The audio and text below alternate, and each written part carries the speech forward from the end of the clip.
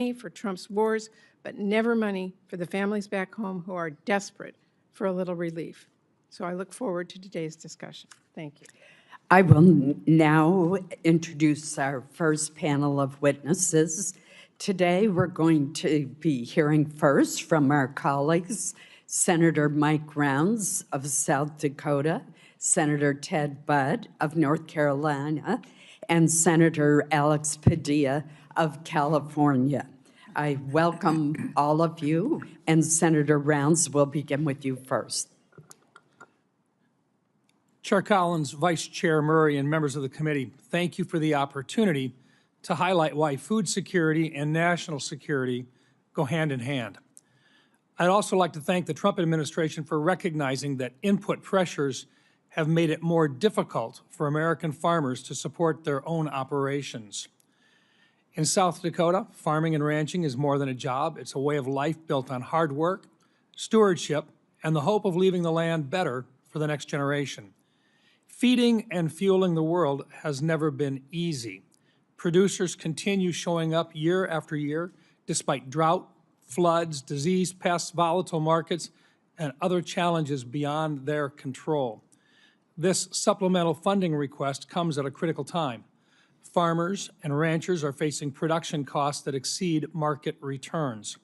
Higher fertilizer, diesel fuel, seed, equipment, and crop protection costs, coupled with retaliatory trade practices and continued market uncertainty, have put enormous financial pressure on producers.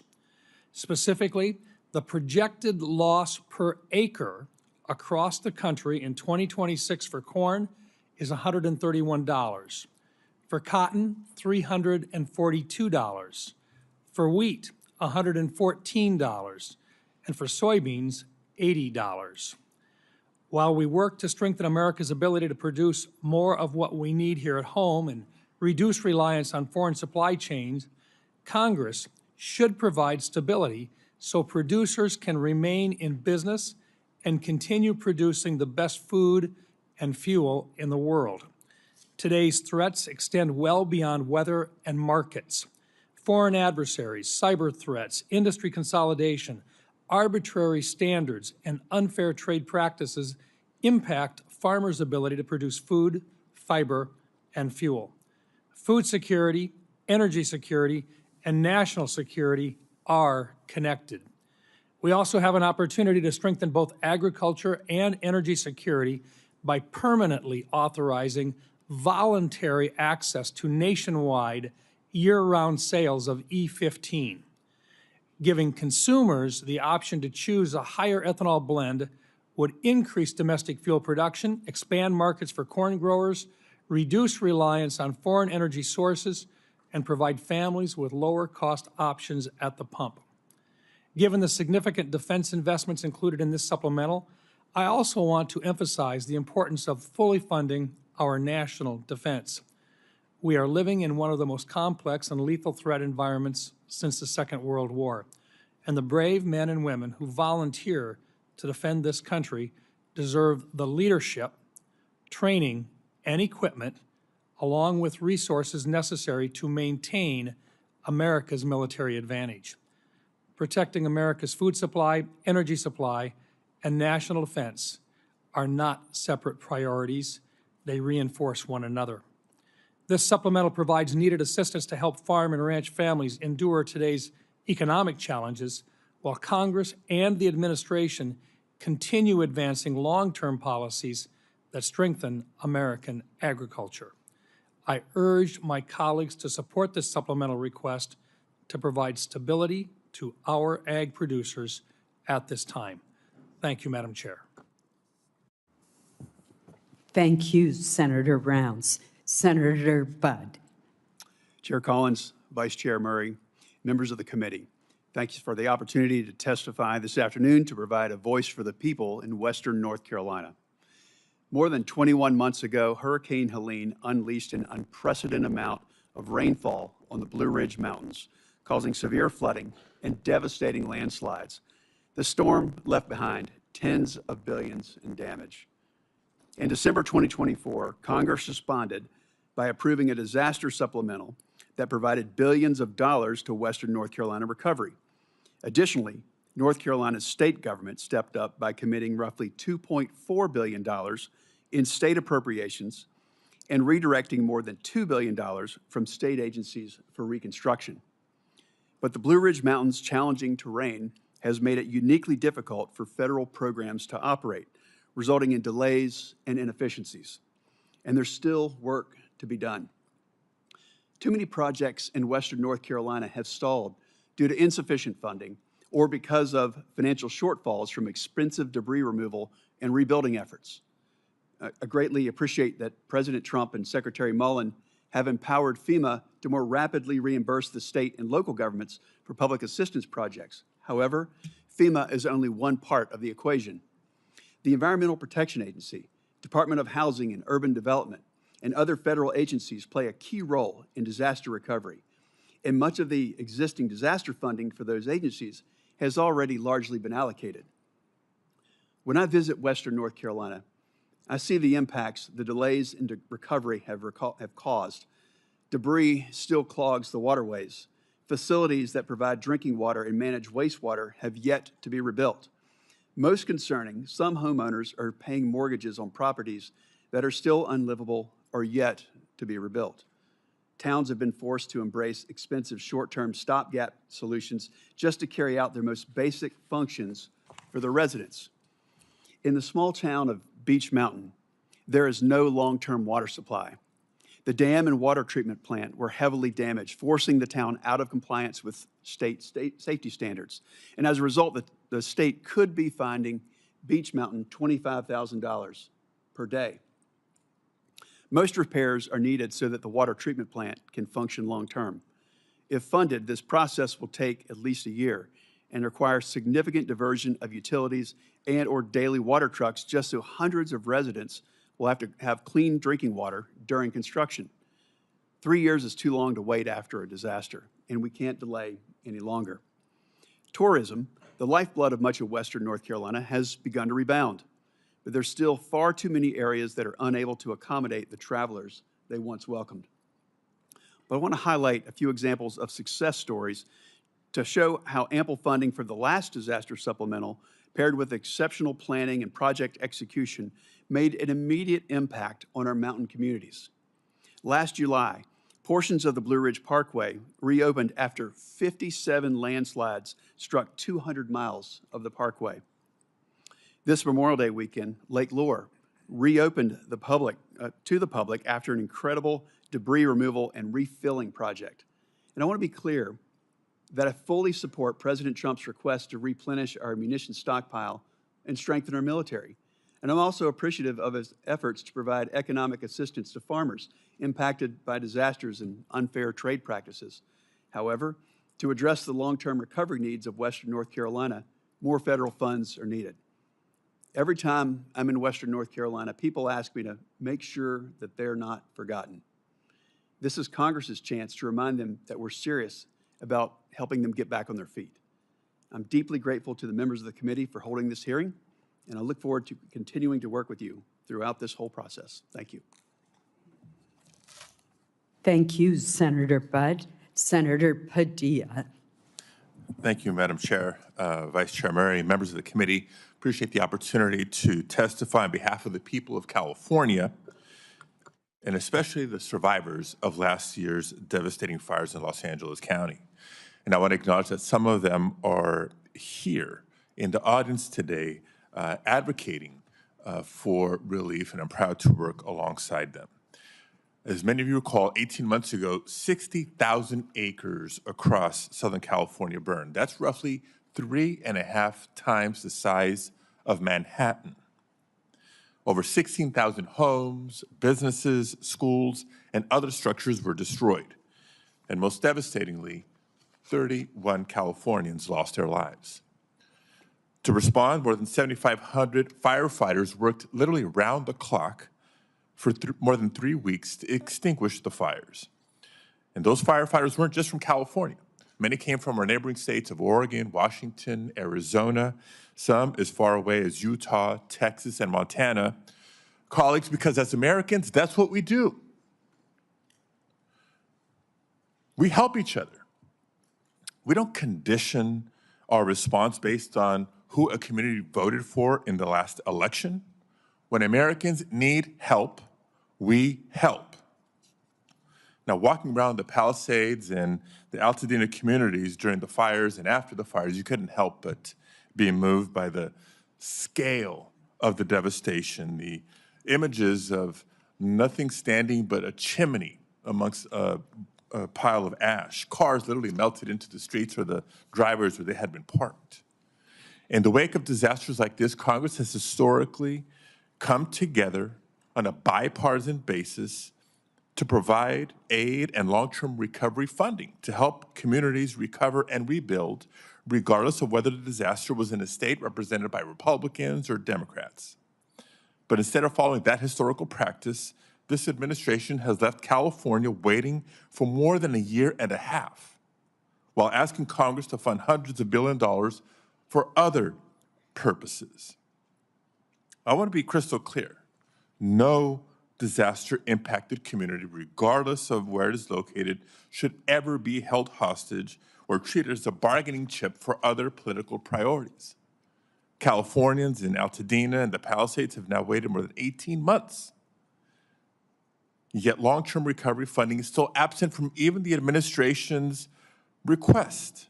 Instead, it asks taxpayers to spend hundreds of billions of dollars more on a war that Congress has never authorized, a war that's raising gas prices, worsening supply chains, making our country less safe, and for which 17 service members have already paid the ultimate sacrifice, with many more seriously injured. Now, we know this committee can address disaster relief without tying it to a laundry list of unrelated priorities because it's done so many times before, including as recently as December 2024, when the committee on a bipartisan basis passed more than $100 billion of relief. There's no reason we can't do it again. Colleagues, we must reject the premise that it is okay to keep survivors waiting for help because the president, any president, decides they need something else from Congress to get it. To that end, I do want to thank my colleagues, Senators Tillis, Schiff, and Curtis, for joining me in sending a bipartisan letter to the committee just yesterday, supporting long-term disaster recovery funding. Madam Chair, I'd like to enter this letter into the record at this time. Thank you, Senator Padilla. I'm not done. I just want to enter the no. letter to the record. Without objection, Thank you. it will be. And I'll be wrapping up soon here. I also want to reiterate what I said earlier. We know the next disaster is coming. Anyone who stepped outside of Washington this last weekend or across at least a dozen states saw and breathed the very impact of wildfires. And it may be Canada now, but it's going to be one of our states next. As of last week, the federal government has already spent over $3.3 billion in wildfire suppression this fiscal year, even though the peak of fire season is August and September. That's still ahead of us. That should concern the committee. We cannot allow wildfire suppression funding to run out before the end of the fiscal year. So in addition to the long-term disaster recovery funding, I urge the committee to examine the need for emergency suppression funds as well. And I would note that the Fire Fix, which has provided a steady resource for fighting wildfires, will expire in fiscal year 2027. Congress needs to extend and increase that funding to ensure firefighters have all the resources they need to respond to the ever-growing threat of wildfires. I'll close by reiterating what I said at the outset. Disasters do not distinguish between red states and blue states. And when it comes to disaster aid, neither should Congress. So thank you again for holding this hearing and allowing me to be a voice for my constituents and for disaster survivors across the country. I look forward to working with this committee to ensure that everyone has the resources and support that they need to recover and rebuild, regardless of which state they call home. Thank you very much. I appreciate the testimony of the entire panel as we consider the supplemental submitted by the administration. Your testimony is very helpful to us. Thank you. I will now ask that our second panel of witnesses come forward.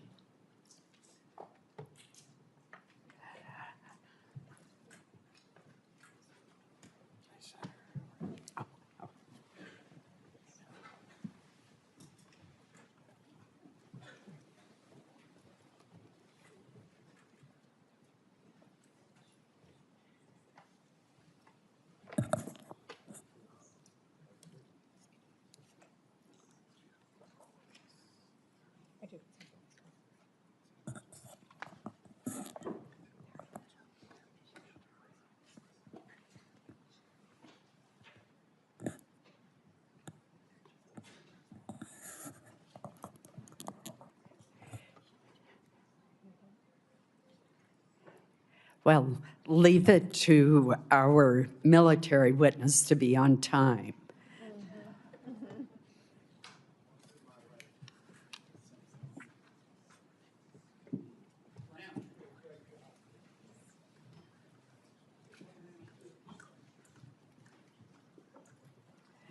While we are waiting for our second panel to be seated, let me introduce them.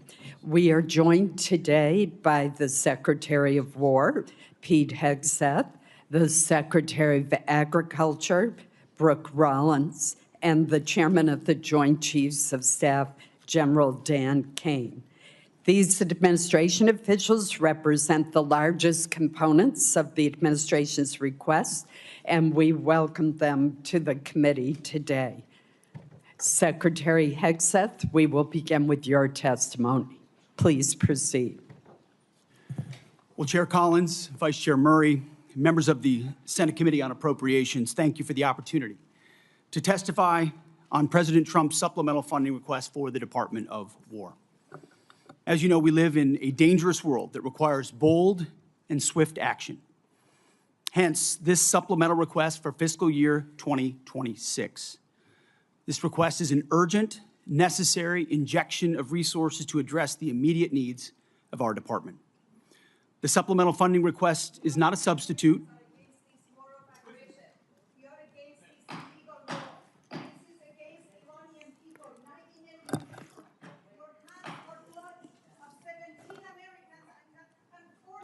The witness will suspend until order is restored in the committee room.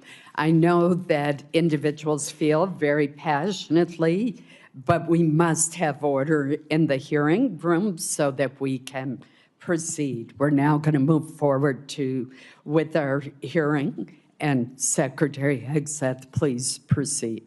Thank you. The supplemental funding request is not a substitute for the President's full $1.5 trillion base budget request.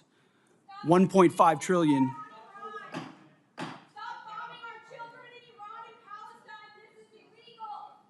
Mr. Secretary, please suspend until order is restored in the hearing room. We will begin the timing clock since you've been interrupted twice.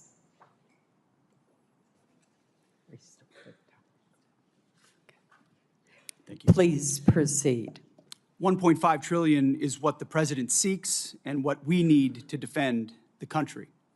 The members of this committee understand better than most that long-term strategic dominance cannot be funded through one-off supplementals.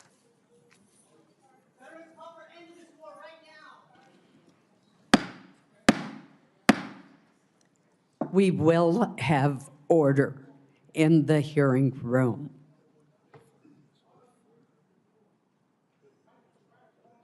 Mr. Secretary, please proceed. Collectively, the budget proposals submitted under President Trump follow a simple logic.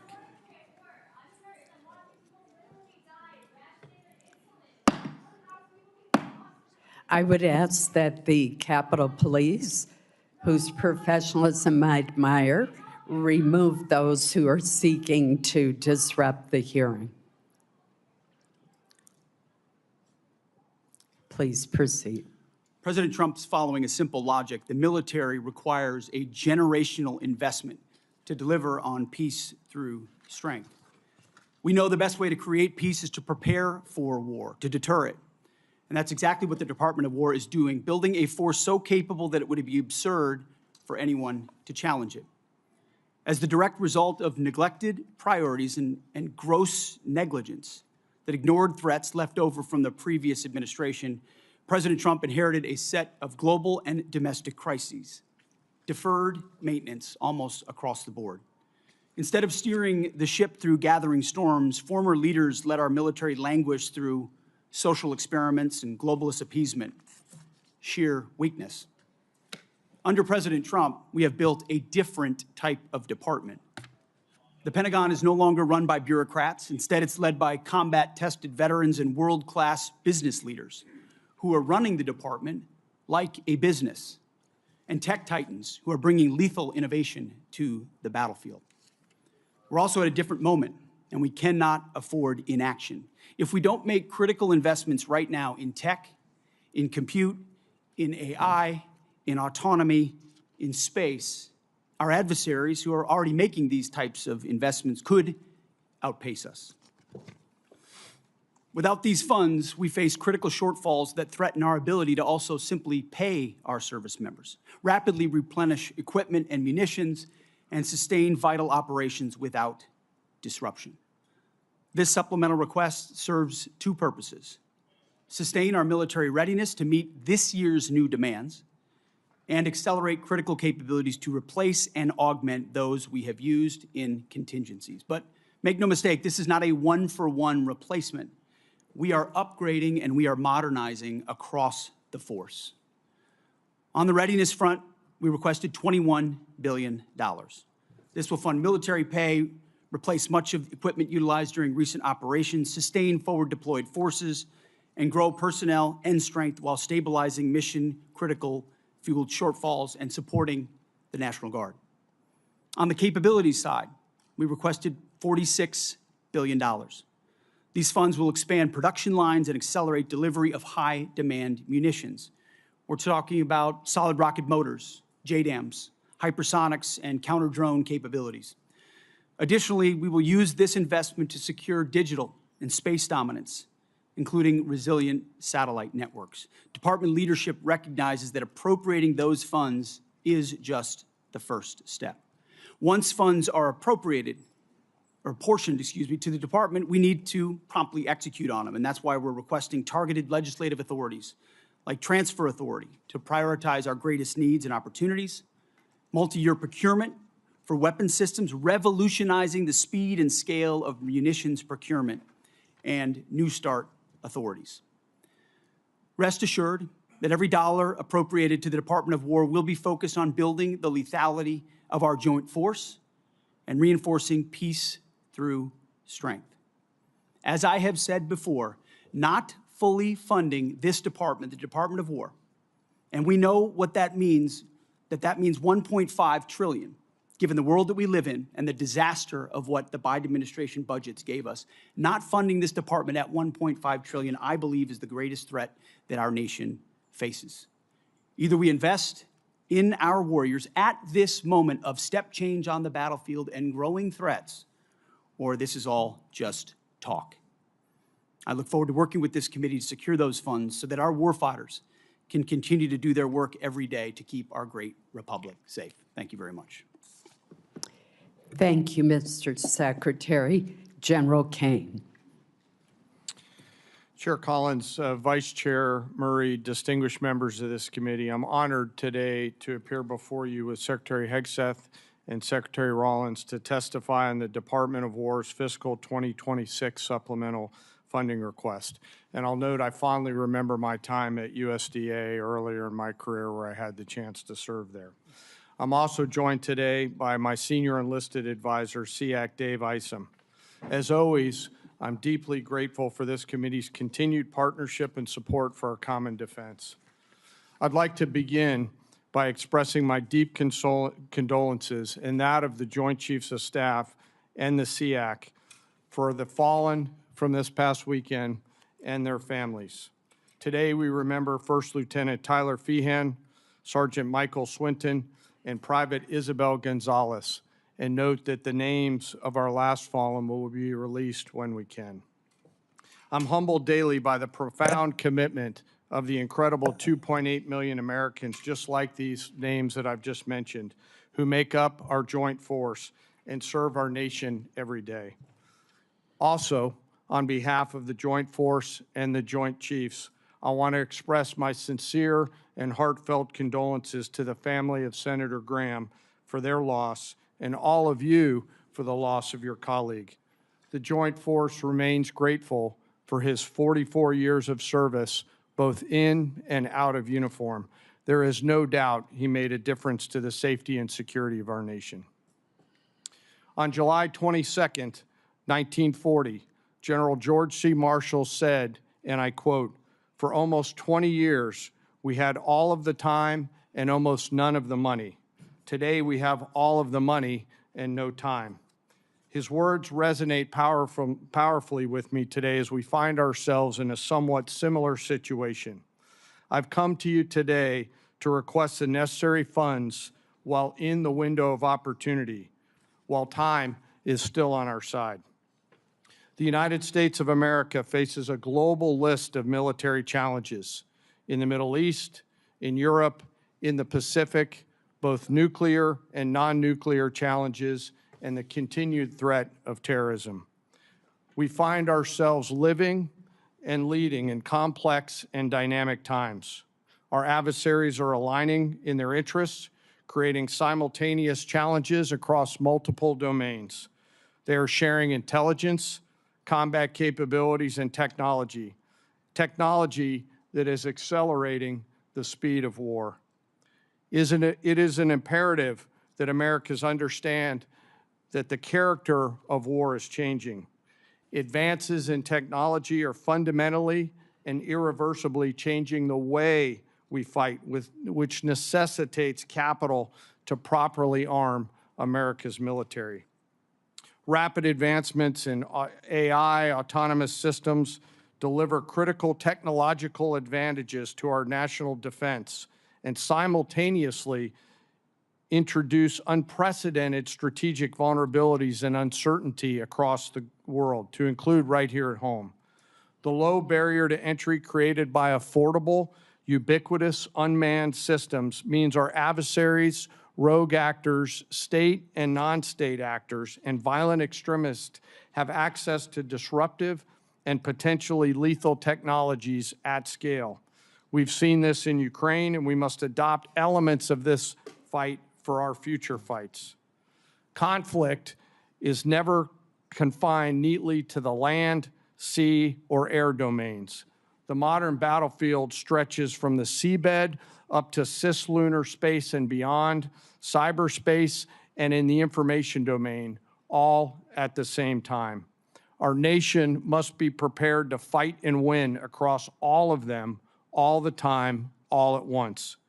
In addition, the light speed at which information travels now has compressed our leaders' decision space, taking what was once days or weeks in World War II down to milliseconds.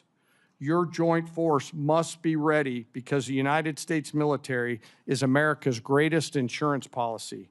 And I acknowledge all of us find it difficult at times to pay for insurance before we need it. But we must have insurance before the storm comes. The Armed Forces of the United States of America serves as our nation's ultimate safeguard and our insurance policy to preserve, protect, and defend our national interests, security, and prosperity. To uphold this responsibility, we require predictable and consistent funding. This will allow us to partner effectively with our defense and national industrial bases, building on acquisition reforms that guarantee our warfighters receive capabilities at scale before they are required in conflict or combat. I'm struck by this season of American history we find ourselves in, and I continue to ask myself, if not now, then when? And if not us in this room and the rest of the Congress and the nation, then who?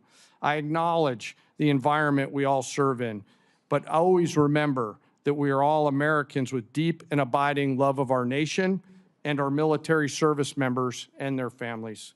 I've come today to ask for your help and your support. America's armed forces need $1.5 trillion to meet the military challenges of the future. This supplemental is a part of that. And to be allowed to use this capital to pay for military personnel, operations and maintenance expenses, and accelerate investments on critical technologies, as the Secretary just mentioned. It is critical that we stay ahead of our adversaries, and we must have the funds before we're out of time. In closing, I ask all of us to remember our deployed service members around the world right now, especially our Army teammates who remain deployed after losing their friends and teammates this past weekend. And I again ask all of us here in the Senate and across the American people to never forget our fallen and their families who continue to show us what courage, tenacity, grit, and commitment to the nation looks like. Thank you very much, and I look forward to your questions. Thank you, General. Secretary Rollins. Thank you so much, Chairwoman Collins, Ranking Member Murray, and distinguished members of the committee. Thank you for the opportunity to appear before you today. Let me begin with the bottom line up front. The United States Department of Agriculture is joining today the United States Department of War in a fight for America and for American flourishing. After all, defending America's ability to feed and fuel and clothe herself is defending America, full stop. This can be easily forgotten. For centuries, we built farms and ranches and transportation that fed not only America, but the world too. For a long time, that prosperity made America strong and made America safe. But across the past 100 years, and especially across the last administration, we took that source of strength in war and peace, our farms and our ranches, and the communities that surrounded them, and we hollowed them out. We made them weak, and we put them on the precipice of decline and extinction. We sent our food production overseas. In fact, 2023 was for the first time a significant net importer of our food for America. And in so doing, we replaced American production with massive amounts of imports. We allowed and even encouraged the consolidation of agriculture, seed production, processing, fertilizer, and beyond into massive industries at scale.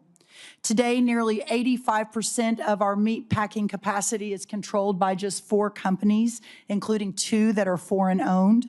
Additionally, our largest pork company in America is owned by a China company, or China.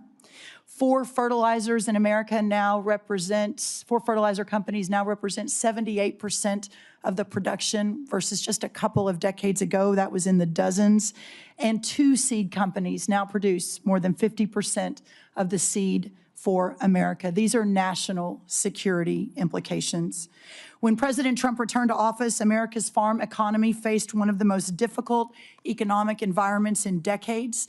Between 2020 and 2025, the cost of seed rose 19%, crop protection rose 30%, fertilizer rose over 50%, fuel and oils rose nearly 33%, electricity 36%, and repair and maintenance 27%.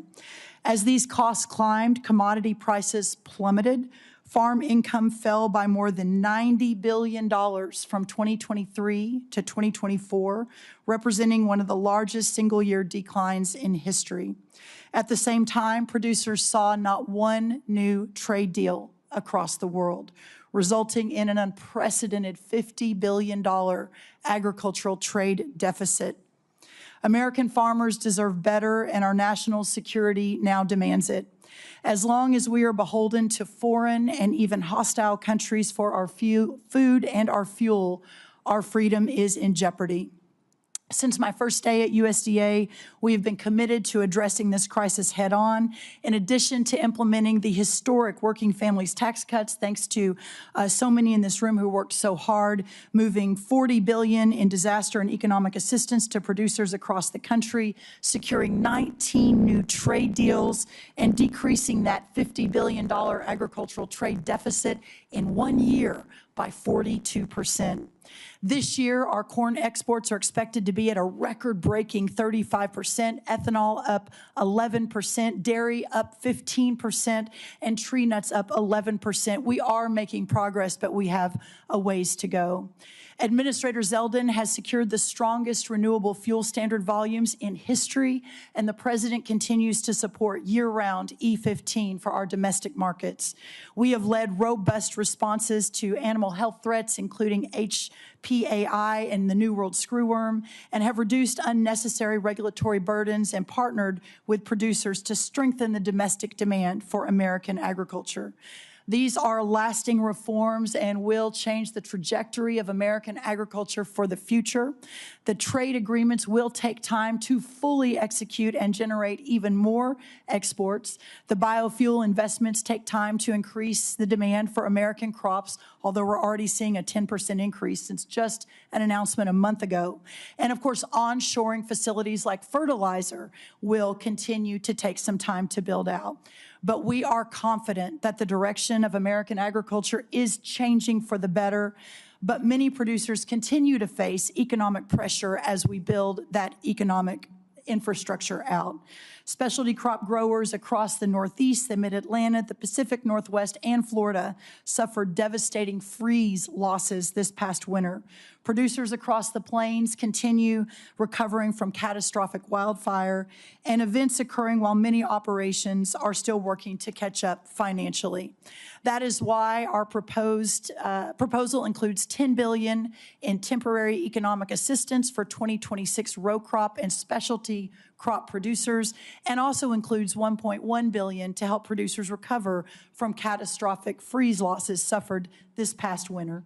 Congress has taken similar action over many decades, and we're so grateful for that, but including most recently 2023 and 2024 with economic aid and disaster relief aid with the hurricane seasons. I want to be 100% clear as I close. For the sake of American national security, American existence, and the American future, we must, in the long run, end this system that has grown up like a weed and strangled the American farmland and food production. Farmers want to farm for their products, not for a government check. They want to be free from dependency and free to innovate. We know what happens when they are able to do that. They build and feed the greatest republic in the history of man. But when they aren't, well, we know the danger that we are in today. But that's why this supplemental is so important. It provides a bridge and extends a hand to Americans who need it. It buys the nation the security that we need, and it buys us time to deconstruct and then reconstruct a new system, putting our farmers and ranchers first, and to restore the system that originally made America great. For our farmers, the defense of American freedom continues. They only ask to be free to fight. Thank you so much. Thank you for your testimony. We will now begin with questions for our witnesses. As you can see, we have a very full attendance of committee members today, so I would ask that all of our colleagues to please keep track of the clock and stay within the allotted 5-minute question time. With that, let me begin. Secretary Hegseth, General Caine. Members on both sides of the aisle have questions about the authorization strategy, objectives, and conduct of operations in the Middle East. Regardless of our differing views, the fact remains that there are must-pay bills and urgent requirements facing the department that affect the ability of our military to deter and defend against potential aggression worldwide. Portions of the supplemental request go toward paying these bills and are necessary to restore readiness, repair, or replace battle damage to aircraft, ships, or bases, and address urgent munitions challenges. I understand and am told that some military services face near-term solvency challenges. What will be the impact on our troops if additional funding is not provided? Are there military exercises, for example, that are at risk of cancellation? What message would we be sending to the world? Secretary Hegseth, either you or Senator or General Caine. Chairwoman, I very much appreciate that question, and it's because it's connected to the real-world realities of this budget cycle. There is training right now and training in the future that would have to be curtailed if we do not get our budget needs met and met urgently. And yes, some of that has to do with the current budget cycle and how things come together. But we are a department that for 4 years met funding shortfalls under the previous administration. It was not a priority to fund the Department of Defense under Joe Biden. It also took the munitions and a lot of there were 5 supplementals out of this committee that took munitions one for one and sent them to Ukraine and had tried to replace them with the same bureaucratic process that was too slow and didn't replace them in real time. And then there were threats that were ignored around the world. So you're looking at a lot of negligence and a lot of deferred maintenance that this department is having to catch up on. And so that's why I call this a generational investment. It truly is. This is $1.5 trillion budget with this supplemental being part of it is how we catch up and get ahead. And ensure in the process we're putting soldiers and sailors and airmen first, Marines first, Guardians, that their pay increases, that the end strength increases that have gone up because recruiting is at historic levels are fully funded. So rather than trying to play catch up and make sure we're not losing training, we should be ahead of that curve. And that's where we think 1.5 trillion can get us. Thank you. Senator Caine, I keep calling you Senator General Caine, I'm going to ask you to respond for the record because in my remaining time, I do want to ask Secretary Rollins a question. Secretary Rollins, as we heard from the previous panel, our country has many outstanding recovery needs from disasters and other weather-related events over the past 2 years. As this chart shows, and this is a chart from your department, many have unmet weather-related agricultural losses. In Maine, many of our producers are struggling amid a combination of market volatility and disaster conditions last year, which included excessive rainfall in the spring, followed by a severe drought. They need relief. Yet the administration's supplemental request does not include funding to address these recovery needs. It does have $1.1 billion to help Florida agricultural producers rebound from a severe freeze this past winter, but nothing for prior disasters in other states. Can you explain USDA's thinking behind focusing your request just on the 2026 freeze rather than on the 2025 disaster declarations that you made?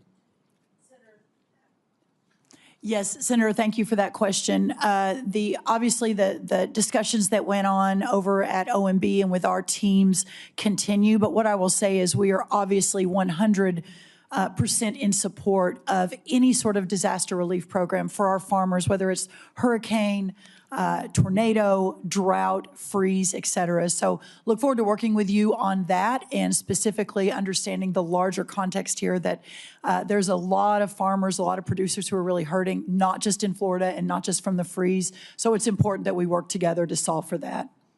Thank you. Senator Murray. Thank you, Chair Collins. Secretary Hegseth, your department received $150 billion last year in the Republicans' Big Beautiful Bill.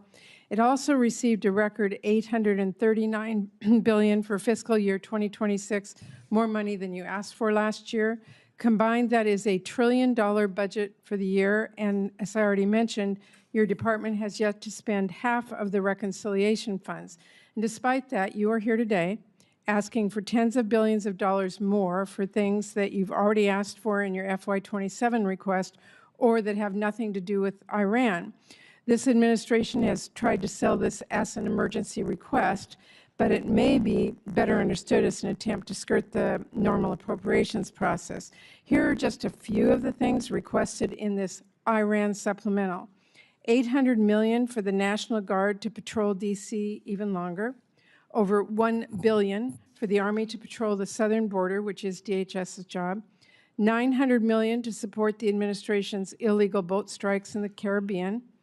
Over $18 billion for munitions, which you've already requested in your FY27 budget request, and $1.7 billion to pay for your decision to recruit more people than the services need, which was not contemplated by the FY26 funding bill Congress recently passed. Now, you've already submitted a reprogramming request on this that our subcommittee is considering now, which really underscores the point I made in my opening remarks that the problem is not a lack of money, but poor planning. So I'll be blunt. The truth is your request does not make a lot of sense. So let me ask you a simple question. Why exactly are billions of dollars more for the National Guard and this administration's illegal strikes in the Caribbean urgently needed for the Iran war?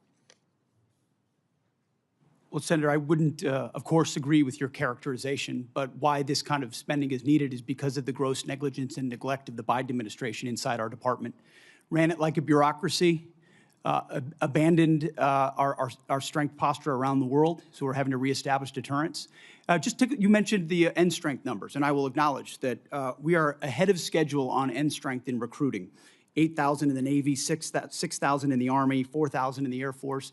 Because under President Trump, there's been record and historic over 30-year recruiting records inside our department since he won the election, because the American people didn't want to sign up for what Joe Biden was providing our military. Let me and they want to sign up for what President Trump is doing in his leadership. And so those are good problems to have that we need to fund and a reflection of momentum. And this budget will allow us to continue the kind of momentum that gets us ahead. My point is that a lot of this request does not feel like an emergency. And let me move on.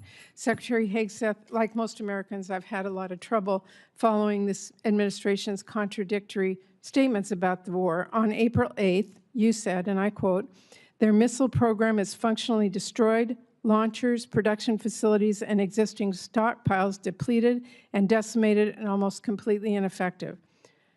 Mr. Secretary, Iran has been firing at U.S. military bases in the region and its ships for the last week.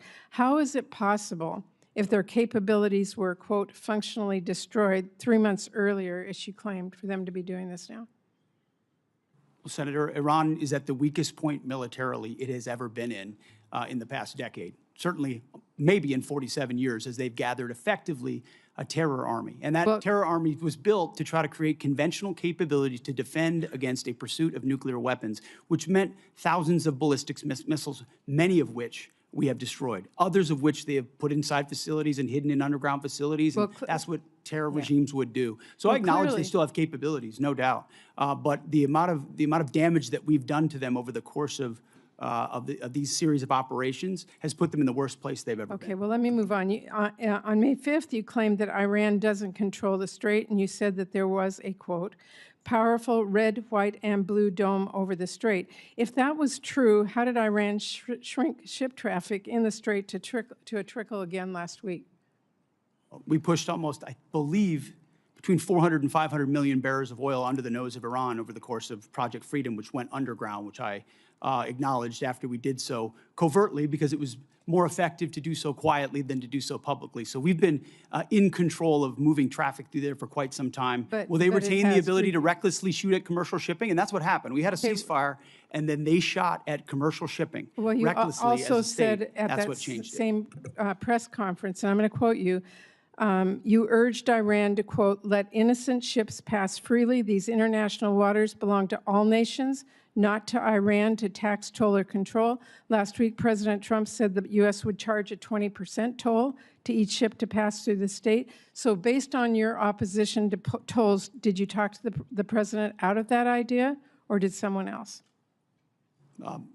Iran's not charging tolls, and they're shooting at ships right now. But Trump said that he wanted to charge a 20% toll. We have a blockade right now of all Iranian ships and Iranian ports, and it's effective. My time is out. Senator Murkowski. Thank you, Madam Chairman, and thank you all for being here. Challenging times, I think we all recognize that. Secretary Hegseth, I want to ask, just specific to Iran, authorization. The administration has made the case that the action in Iran falls under the President's Article 2 authorities, and we can have disagreement. Reasonable people can disagree about the boundaries of the presidential war powers, and have for a long period of time. But I look at the War Powers Resolution, and it's not ambiguous. It requires the President to terminate hostilities within 60 days absent congressional authorization. So hostilities began February 28th. May 1st, Congress was informed that hostilities had ended, but yet despite the fact that hostilities had ended, we were still seeing sailors being fired upon still activity. Then in June, MOU is signed to preserve the ceasefire while negotiations continue. That MOU has now collapsed, and we are seeing the resumed attacks in the Straits of Hormuz. On July 10, the administration sends Congress a new war powers notification, effectively restarting, the 60-day clock again. So I'm concerned about this sequence because you have a situation where the claim essentially allows the President to extinguish the war powers clock just at the moment that it becomes legally inconvenient through declaration of temporary ceasefire. Then it's reset, avoiding the congressional authorization that the Constitution requires and the war powers intends. So we had an opportunity in previous appropriations hearing for me to ask if you felt the administration had all the authority that it needed. You indicated at that time that no, additional authority was not needed. Are you still, is the administration still taking that position about needing no authorization from Congress at this time?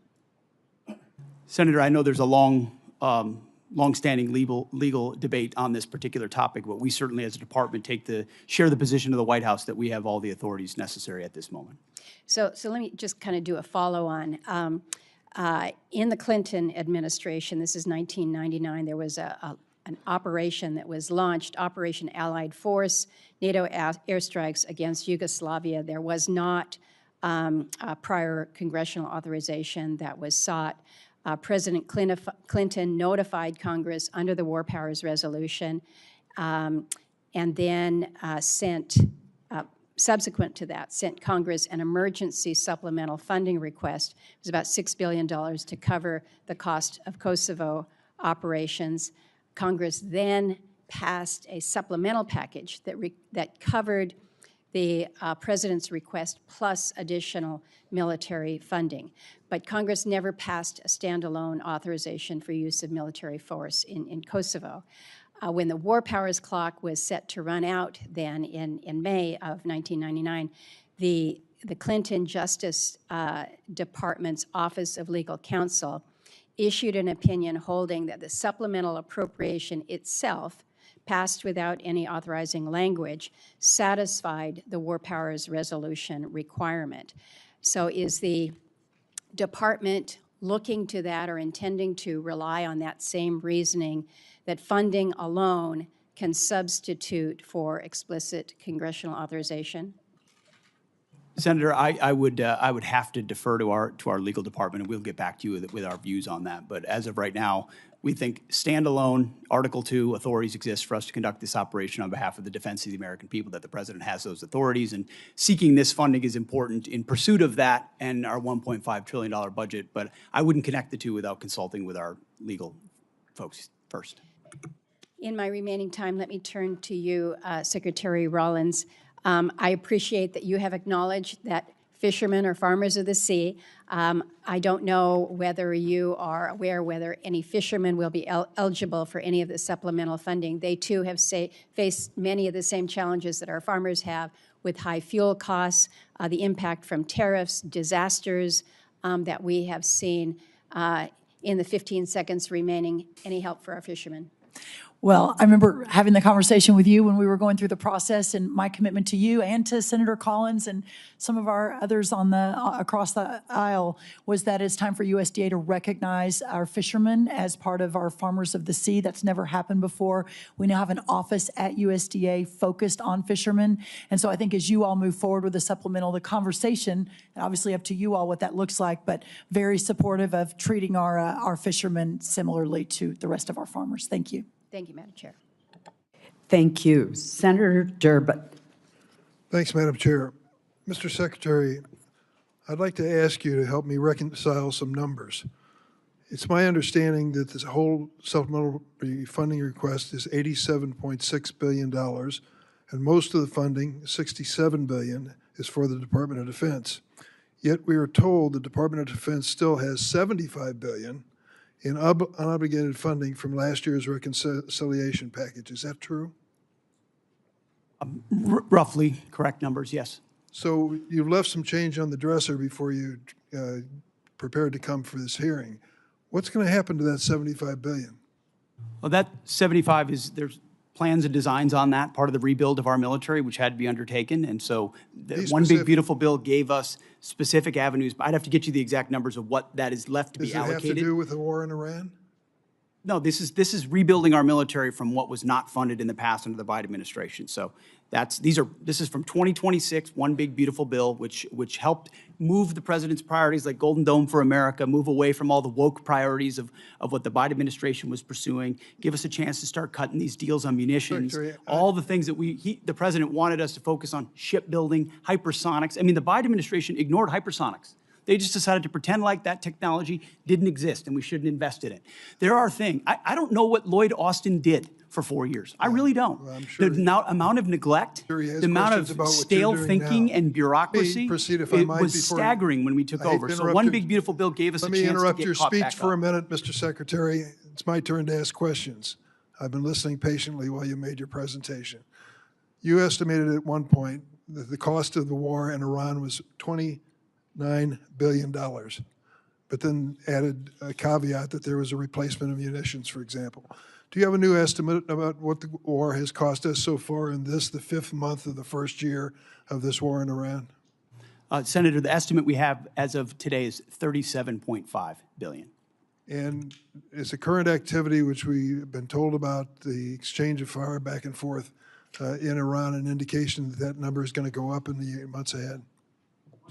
Some of that number captures additional O&M, mill pay, and other that would be anticipated through the fiscal year. So some of that anticipates what costs would be going out in the future as well. So the new number you've given me is what?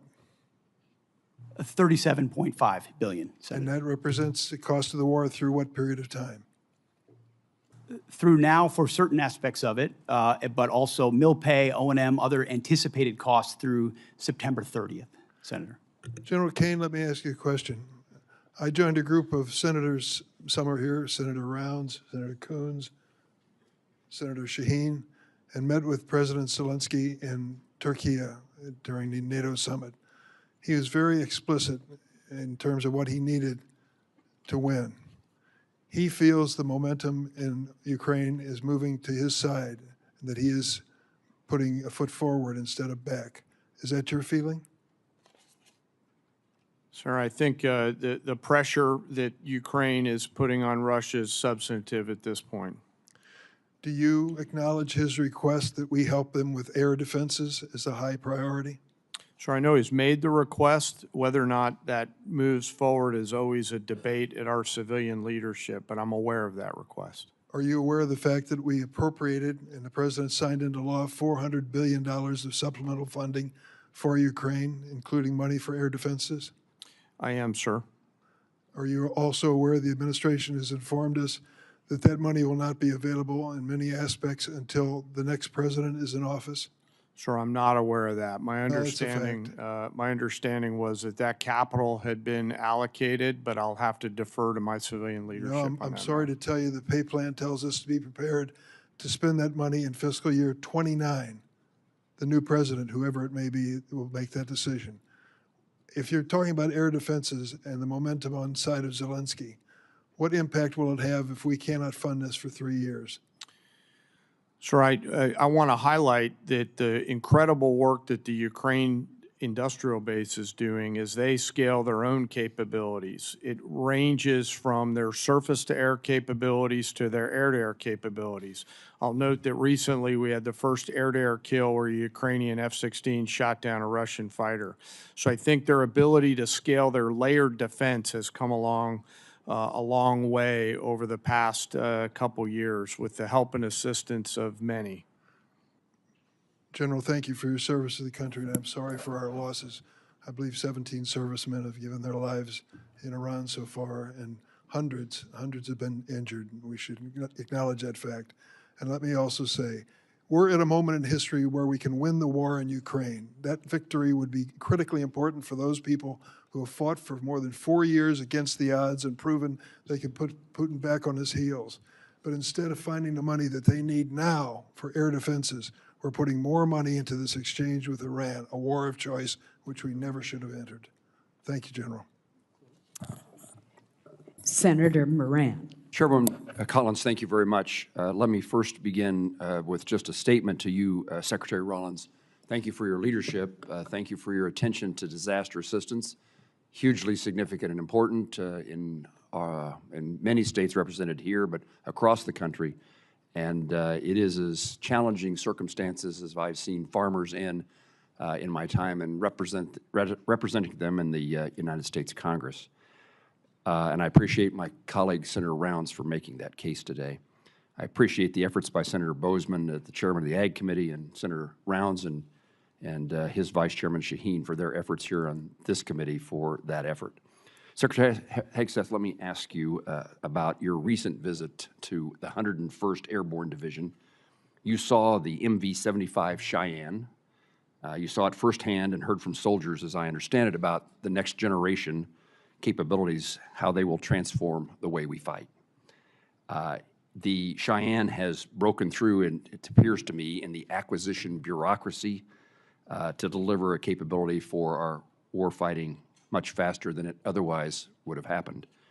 As you look across acquisition, I mean, we're here talking about appropriations, but the ultimate success we'll have in defending our country is putting that money to work as quickly as possible. So as you look at acquisition, what would you tell me we learned from the Cheyenne? Is it a model how the department it intends to field the next generation of capacity going forward? What does the program need from this committee to meet both the schedule and the necessity of its capabilities? Senator, I appreciate the question. I think it's one of the untold stories of our department is how we've tried to revolutionize the speed and scale of new acquisitions and procurement. Some of it through munitions and ensuring that companies pay for building their own factories and their own assembly lines so that we're saving billions and billions as taxpayers while companies invest. And when you invest in something with your own money, you want to see it succeed ahead of schedule and on time. Also opening the aperture so it's not just the prime contractors that are competing, but new entrants who make high-cost and low-cost capabilities. I think in particular on the Cheyenne and the Black Hawk and the replacement, the gap that some have identified could exist based on the hesitation on speed and replacement exists because of an austerity mindset, again, that goes back to the Biden administration of divest to invest. And so you end up divesting in certain systems like the Black Hawk before the next one is online, creating gaps for actual operators. And what we're funding in this supplemental and across this budget is the ability to do both. Make sure the systems we rely on the battlefield right now are delivered, and that newer entrants that we're going to need for long-range fight to deliver to be more survivable in contested environments, which you're talking about. When I had a chance to see it, the soldiers were proud to be in it because they felt like it would give them greater advantage in the future. We need to accelerate the timelines of those and deliver them even more quickly.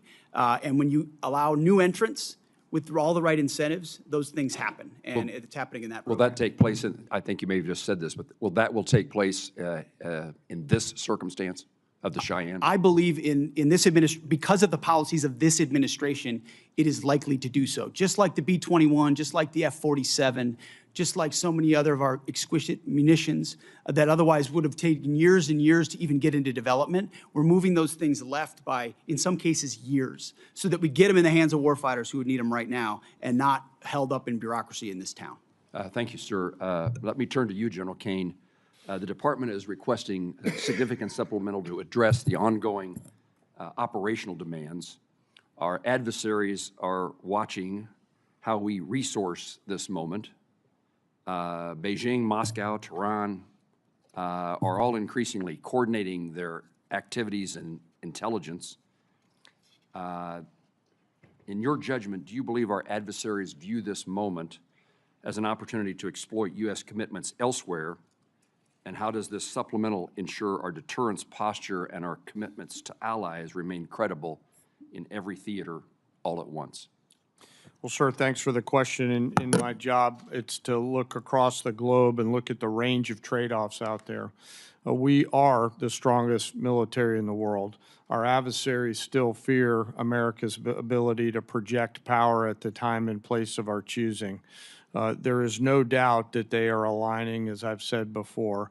And I think this supplemental and whatever funding structure the Congress, working with the executive branch, decides to structure and give us the capital, we'll use that capital to ensure that we sustain that, sir. You're assuring us that this supplemental and further efforts will reduce the risks to our nation and its national securities issues. Yes, sir. I view this, and I've spoken to some of you on the phone leading up to this. I view this as future investments to buy down risk, similar to what I said Marshall thought through in those heady days in 1940, where the need to invest capital early to deliver scale is an opportunity that I hope we don't miss, Senator. General, thank you. Thank you, Chairwoman. Senator Reed. Thank you, Madam Chairman. Secretary Rollins, I just want to reiterate a point that Senator Padilla made. We have $10 billion in this request for Midwestern farmers who are suffering because of the interruption of fuel and fertilizers because of President Trump's war, unauthorized war. Yet, many states, blue states particularly, have submitted requests. Rhode Island has one. February, we had the worst snowstorm in our recent history, and we've been denied by the president. In fact, if you look at the numbers, 20% of blue states seem to get approved and about 80% of red states. I'm making a point, not asking a question. This is unfair. Thank you. Secretary Hegseth, on February 28th, when you initiated this war without authorization from Congress, the Straits of Hormuz was open and providing vital fuel supplies for the whole world. Now they're closed effectively, impacting globally the price of oil and the economies of the whole world. But the Department of Defense has been planning for potential operations against Iran for many, many years, and one of their obvious assumptions was that the Strait of Hormuz could be closed. Were you unaware of that? Senator, you are correct. Nobody plans more and looks at more contingencies than our department. And so, of course, undertaking a historic effort like this, of this scope and scale, of course, the Strait of Hormuz was front and center in every single aspect of that. Hence why one of our key objectives to begin with was to sink the entirety of Iran's Navy, which its conventional Navy was sunk. Now, you can't get rid of every single fast boat and every single machine gun and a fast boat or every single coastal cruise missile. So we acknowledge that if the state decided to become a terror state shooting at commercial shipping, that would be an ongoing and contested part of the battle, to include their willingness to mine international water. So one side weaponized the strait, and we've been fighting back the entire time. Completely aware that the Strait of Hormuz could be closed, and obviously sinking their ships has not affected their ability to effectively close the straits. We had U.S. boats that surrendered to Iranian ships under the Biden administration. So their Navy was effective in expeditionary ways in the past. We're talking about a war you started, not a situation in which oil was flowing freely. There was no conflict. We weren't losing personnel as a result of Iranian actions. So your fallback to the Biden administration is just a very, very obvious excuse for what I think is probably, as you described so often, gross negligence. You did not fully inform the president that you would be in a situation where the Strait of Hormuz could be effectively closed, oil prices could surge, And effectively, the Iranians could maintain their ability to strike back as they are right now. They just killed some of our servicemen last weekend. This battlefield and all the dynamics of it, of which the chairman and I are responsible for ensuring the president understands every branch and sequel of what could happen, and we did. So the fact that those contingencies all were part of the possibility, and we understood that, is all the more reason why President Trump deserves the kind of praise he should get for undertaking this effort, having the courage to ensure that crazy Islamists can't have a nuclear weapon to hold us at issue. And he's been willing to stay committed to that regardless of the challenges. Excuse me. So he should be praised. He should be praised for starting a war without authority, creating a situation in which the world economy is suffering tremendously. We have to have extra money for our farmers, and we have no outcome, at least no realistic outcome in sight yet. Let me switch to General Caine. General Caine, these airstrikes have not yet deterred and defeated the Iranians. Do you think airstrikes alone will do that? So I think academically, as you look across the totality of history, air power's got limits, and we always have to be mindful of those. I think where America's area of exclusivity is when we bring the totality of the diplomatic, informational, economic, and pair that with the military, and there's a lot of that work going on, Well, sir. the military, the next step would be escalation by ground combat. Do you anticipate that escalation? Sir, I think it'd be unhelpful for me to opine on hypotheticals. What I can tell you is we always develop an unbelievable amount of options and the associated risks, and then my main job is to always ensure that leaders understand those options and the risks. Now, if you employ ground troops to seize objectives, which I would assume would be the first stage, are you prepared for an extended guerrilla war, which would likely happen in that area? Sir, with all due respect, I think it'd be unhelpful for me to opine on hypothetical situations on whatever decisions the president may or may not take in the future. Have you advised the president that a ground combat would be very expensive in the lives of our soldiers, sailors, Marines, airmen, and also could probably lead to an extended unconventional war in that area? I don't see the Iranians sort of throwing their hands up saying, welcome to Iran. Senator, I always advise the president on a range of military options and all of the risks that are contained within that, but I have to keep my military advice to the president private, sir. Well, thank you. Thank you, sir. Senator Hoeven. Thank you, Madam Chair. Secretary Rollins, I want to thank President Trump, and I want to thank you for including farm bridge assistance in this supplemental request. I know I've worked very hard to get it included. I know you have worked very hard to get it included, and I want to thank you and your whole department for your work on it and for this vital support of our farmers and ranchers. What I want to ask you about, though, is actually crop insurance. The number one risk management tool that our farmers have is crop insurance. And the buy-up option is critically important. It covers 67 million acres, 67 million acres of farmland in this country. It was decommissioned, and we need to get it reinstated. Again, you and I both worked very hard on this. Please update me on where we are in terms of getting that buy-up option for crop insurance reinstated. We are 100% supportive of that and are moving forward to execute that buy-up option. Thank you for your leadership on that, Senator. Thank you for your support. Also, Assistant Secretary Fortas for his support.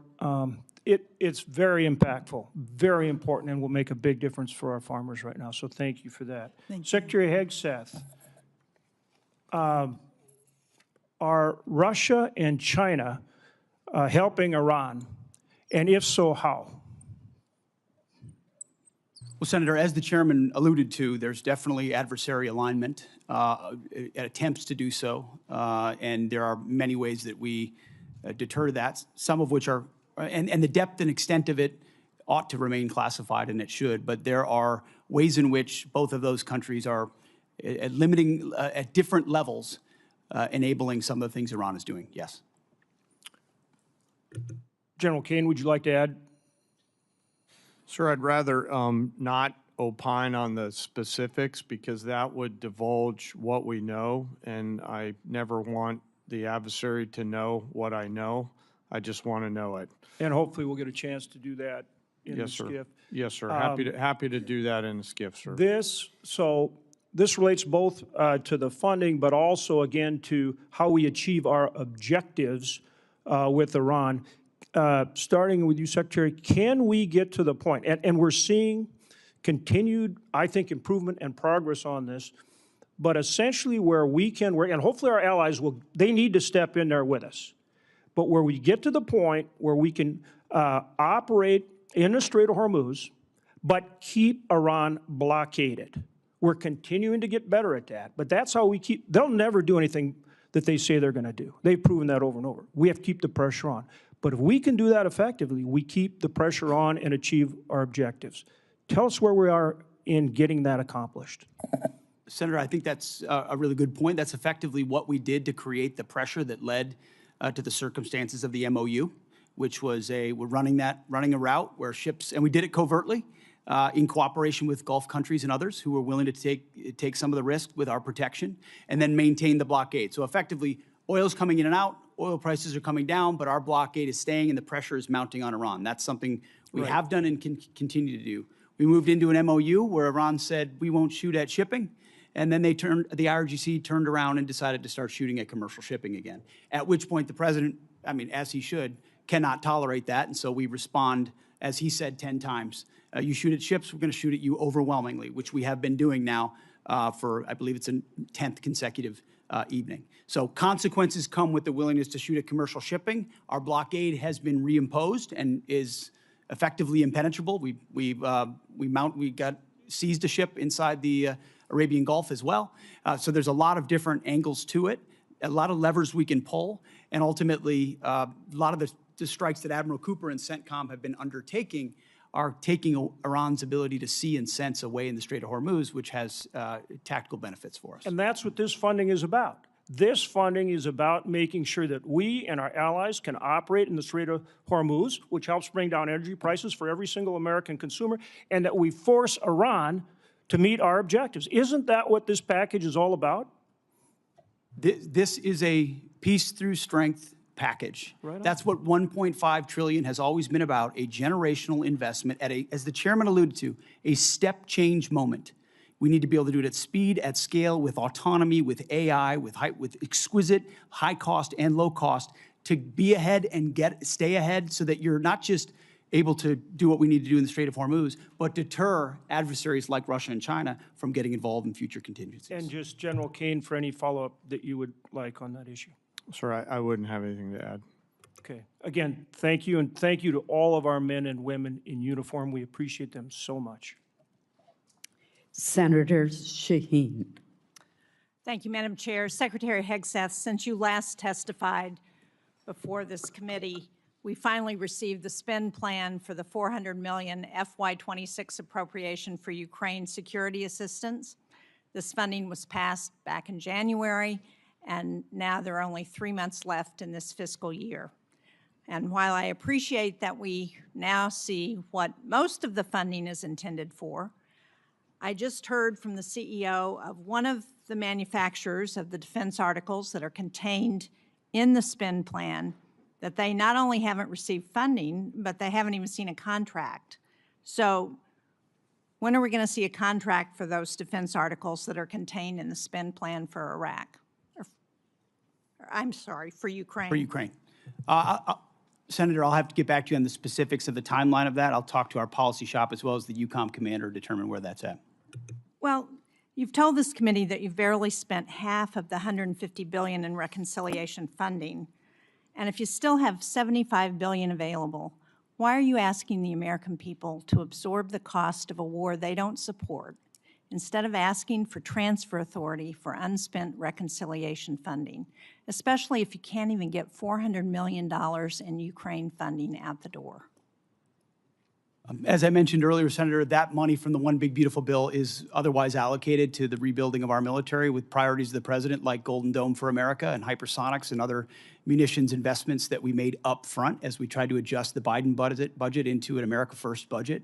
And so reallocating that away from those priorities is robbing Peter to pay Paul. Those are allocated to rebuild. But my point is, and ultimately we're if committed you can't to spend this it year's on agenda. a timeline that makes sense, why do you need to come back and ask for more money? Wouldn't it be better to spend money that you already have? And one of the things I noted was, or at least I think that this supplemental doesn't include funding to repair damage to our bases or to our military infrastructure in the region. And I have not heard that we've gotten the full extent of any of those damage estimates. So should we expect another request to address that military construction costs? And at what point do you stop asking Americans to foot the bill for a war they don't support on top of an inflated budget request and billions in reconciliation funds that you still haven't spent? Well, Senator, I obviously don't agree with your characterization of that. But I ultimately, appreciate that, but you didn't ask, but I want you to answer my question. I know you don't agree with my characterization. I don't agree with yours either. Well, one of the reasons I take issue with that characterization is something that Senator Durbin said when he talked about Ukraine and he talked about winning. And I appreciate as much as anybody winning a war. But I sit in front of a committee that wants to talk about winning a war that's been going on for 4 years and talks about strategic defeat of a conflict that's been going on for 4 months to prevent Iran from getting a nuclear bomb. I would hope for some perspective in this town of the historic nature of what President Trump is undertaking. Do you want radical Islamists to have a nuclear bomb that can stare down the world? Because I have limited time. I don't understand. If you can't answer my question, then I will move on to my next question. Secretary Rollins, the timber industry has also been hard hit, as you know, by trade wars, by drought, by wildfires, by other natural disasters that are increasingly common. In New Hampshire, which is the second most heavily forested state in the nation, one of the things that we really need, as you know, because we've had this conversation, is a research program and Forest Service staffing on the ground in a variety of ways, but particularly at Bartlett Experimental Forest. These small investments in research and staffing and sound management help make the forest economies healthier and more competitive. I very much appreciate your having staff visit Bartlett last week with my staff and with staff from the governor's office. But can you commit to restoring staffing at Bartlett and to keeping the facilities there open now that you've seen the critical nature of that research? Why don't I follow up with you? I have not gotten a report from their visit, so I would like to do that first. But obviously, you and I have been in a continuing conversation about that. The good news, there's no doubt our timber industry is in distress and has been for a long time. The fact that we import 90% or something from other countries of our lumber needs is crazy. We're changing that. But the good news, we had more board feet sold last year than any time in 30 years. This year, we're going to exceed that target again. So we're making the right moves on this, but there's no doubt that research is important to that, as we've discussed. And I'll follow up with our team, and then we'll reconnect. Thank you. I appreciate that. As you pointed out, research is critical to ensuring that the timber economy continues to be successful. Thank you, Madam Chair. Senator Kennedy.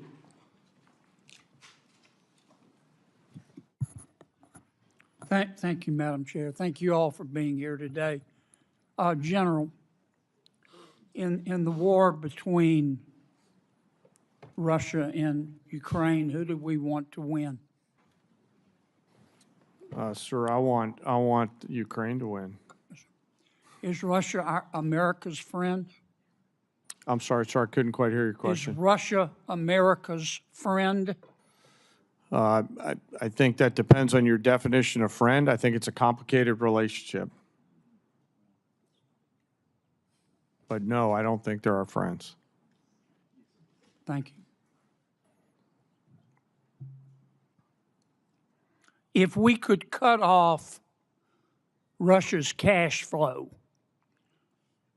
which depends substantially on its sale of oil, would that help Ukraine win? So I think militarily, anytime you can restrict resources and cash flows against an adversary. General, I have That's a good so thing. much respect for you. Yes, sir. But I have so little time. Yes, sir. I'll try Could to you be just briefer. Give me succinct answers. Yes, sir. It would assist a. Would help, wouldn't Yes, sir. Yes, sir. Okay. If we could stop people, entities, and countries from buying Russia's oil, that would help cut off its cash flow, wouldn't it? Yes, sir. We have a bill to do that, as I'm sure you're aware. We have the votes today to pass it overwhelmingly. I also have enormous respect and admiration for our Majority Leader, Senator Thune. But I hope everybody on this panel will today contact Senator Thune and ask him to bring that bill to the floor. We should vote on it at a minimum of next week. Some of my colleagues, General, want America to just stop in Iran. End the blockade, bring all of our warriors home. What would be the consequences of that, in your estimation? Sir, I think termination criteria is always a political decision. However, I assess that Iran will continue to be a challenge moving forward, so we have to be thoughtful Will about they that. put tolls on the strait? I don't know, sir. That's a decision that's a hypothetical and will depend on what happens It's not in the future. hypothetical. We got a blockade to stop them. We do, sir. That's General, putting I want you to economic look me in pressure on the eye. Iran. I'm not asking you for, I'm not trying to get you in trouble. I know your advice to the president is private, but this is serious as 4 heart attacks and a stroke. Now, what happens if we come home and end the blockade to the world? Sir, Iran has the potential to continue to be a threat, and we will need to prepare military Will they options toll to do the that. strait? Sir, that's a hypothetical question, and I don't know the answer to that. Oh, it's not hypothetical. We come home. It's not going to be hypothetical. You know that, General, and I do too. And I appreciate your discretion, but we're down to it. We need some hard answers and some straight talk. What'll happen, Pete? Senator, I would agree with the chairman, but the likely outcome is they would try to impose their will on the waterways in ways that the world would not like. Call it a toll, call it a fee, call it an exchange, call it control. They would do something that they would try to hold it at issue. Yes, sir. Would they try to commence development again of a nuclear warhead? Part of the reason President Trump had to have the courage to do what he did after Midnight Hammer is that they didn't give up their ambitions even though their nuclear sites had been obliterated. So this is a regime hell-bent on nuclear ambitions, and Guys, President Trump's been willing to go after answers. We need straight answers. Do we have the ability to destroy whatever is underneath Pickaxe Mountain? Senator, a lot of our capabilities are classified, but if anybody in the world can reach anything on God's green earth, it's the United States military, the most powerful military in the world. It's all about options and trade-offs. All right. I'm going to take a little extra time because others got it, Madam Chair. I won't abuse it. Secretary, are shrimpers farmers? Absolutely, yes. There are farmers of the sea. Are oyster harvesters farmers? Yes. In this USDA, They yes. having to compete with other countries who grow oysters and shrimp in a ditch and shoot them full of antibiotics? 100% yes. And if you eat too much of that foreign shrimp and oysters, you'll grow an extra ear, won't you? I'm not sure about that, but I know it is not good. And I also know we import 90% of our shrimp. Why aren't we inspecting the shrimp and the oysters from abroad? Well, it goes much larger than that. Why are we importing so much from abroad, which goes to the president's trade agenda? I'm in big trouble. Yes, you are. Guys, look, we need straight answers now. We're down to it. Senator Merkley. Thank you, Madam Chair, and Secretary Rollins. I appreciate your partnership on addressing several issues in Oregon, and I sent you information about a couple others, and you responded. Appreciate it. We'll follow up on the research service. We'll follow up on the concern about in-kind contributions serving as a match. But I particularly need your help on the fire funding. And I know you've indicated how important that is. Where we stand now is that the Senate seems hamstrung, that they're seeking to have OMB give them a number on that. Various sources say the number is probably about $5 billion. I don't really care if it's 4.5 or 5 or 5.5. The point is that folks here, senators, are asking for a number from OMB in order to go forward. And when we're looking at the fires right now in my home state's the epicenter of the highest risk in the country. So can we get your help to get that number and move this process? Yes, absolutely. It is of paramount importance, especially in the middle of fire season right now. Thank you so much. Thank you. And Chairman Caine, I think there was a sense that the President expressed at the start of the war that the U.S. military power was overwhelming and would likely produce unconditional surrender quickly by Iran.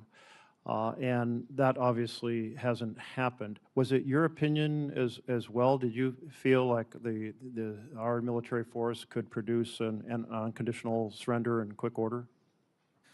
Sir, I won't, with due respect, I won't share my private advice to the President. What I will assure you and the American people is I always speak truth to power and offer an accurate assessment of what my assessment is of both our readiness, the plans and activities that might be undertaken, the associated risks, and the secondary and tertiary considerations that go with those opinions or options.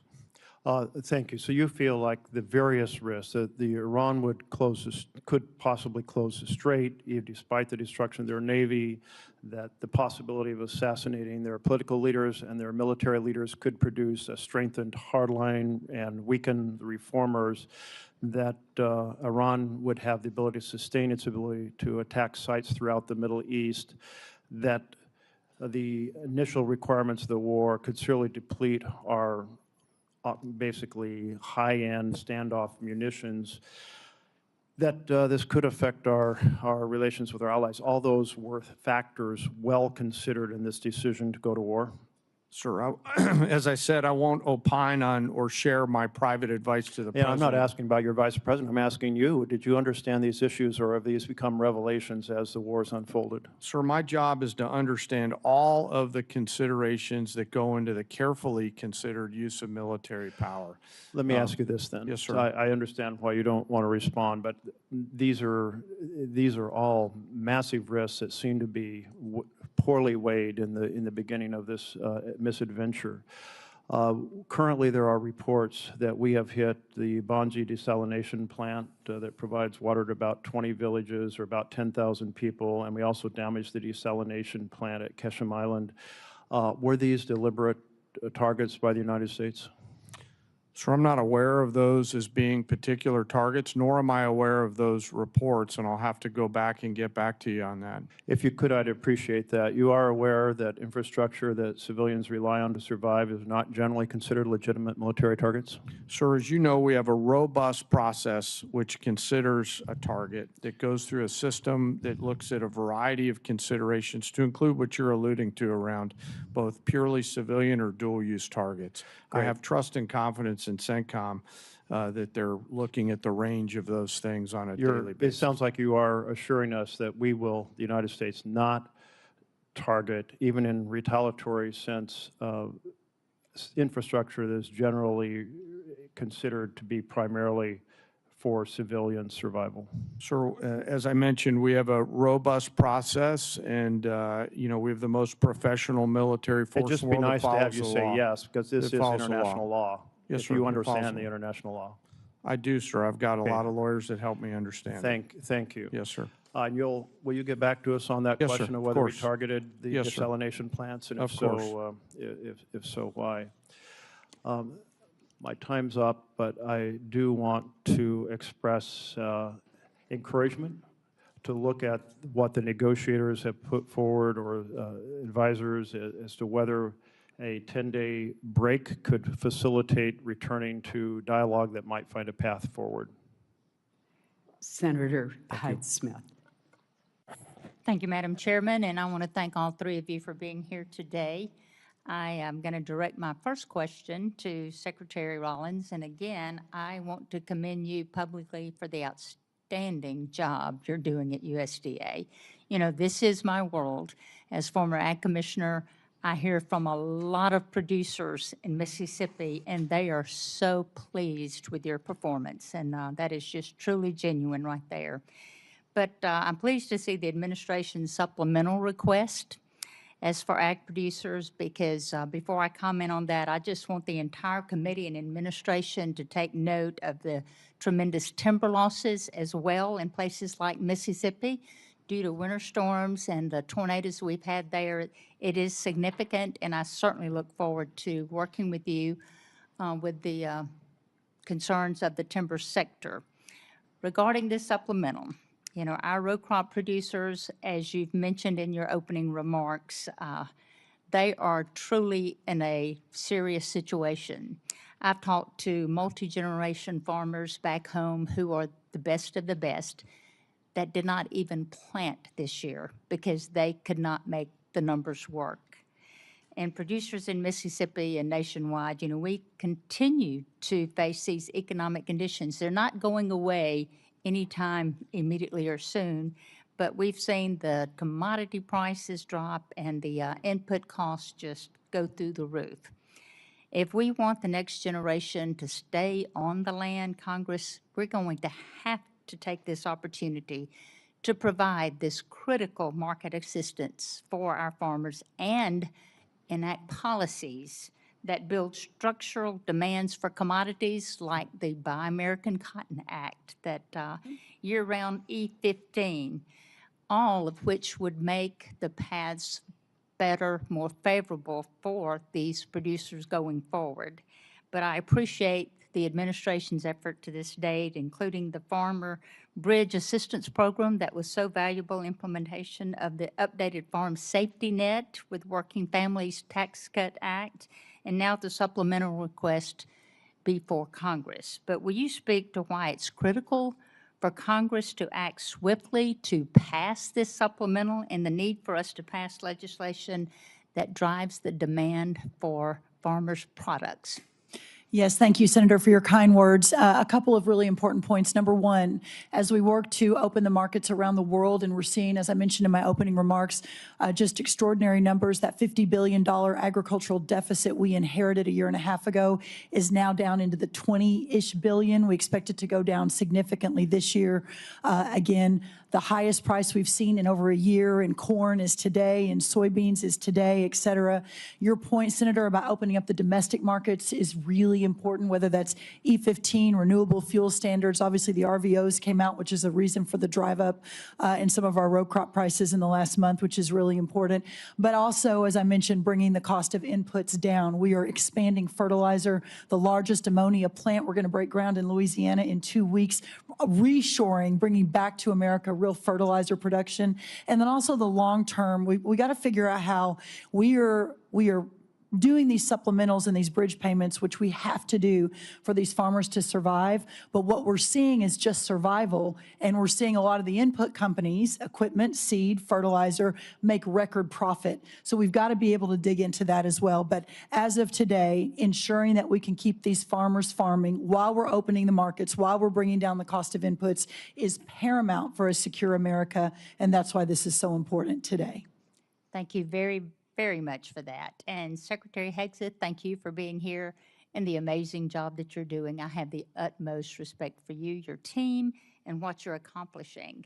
but I as well am committed to ensuring that our warfighters have all the tools necessary to accomplish the mission in Iran and whatever else that they need to defend our nation's interest. The supplemental request is in line with that goal, and I'd like to shift my conversation right now quickly to shipbuilding, which is extremely important to the state of Mississippi and our country's ability to protect itself. The President's FY 2027 budget requests funding for one DDG 51, while Navy leaders have said their goal remains to build 2 destroyers a year. And at the same time, the Department is exploring options for using allied shipyards and overseas fabrication in future naval construction, which raises questions about the long-term role of the American naval industrial base or shifting work away from domestic shipbuilders. Shipyards like Ingalls in Mississippi, which I would love to invite you down to there. It is amazing, and the thousands of suppliers and small businesses they support, they need the confidence that the work will be there so they can invest in new facilities, hire and train skilled workers, and expand capacity that we will need in the future. Will you help or talk to us about the department's short and long-term shipbuilding plan and how it gives industry the confidence to invest?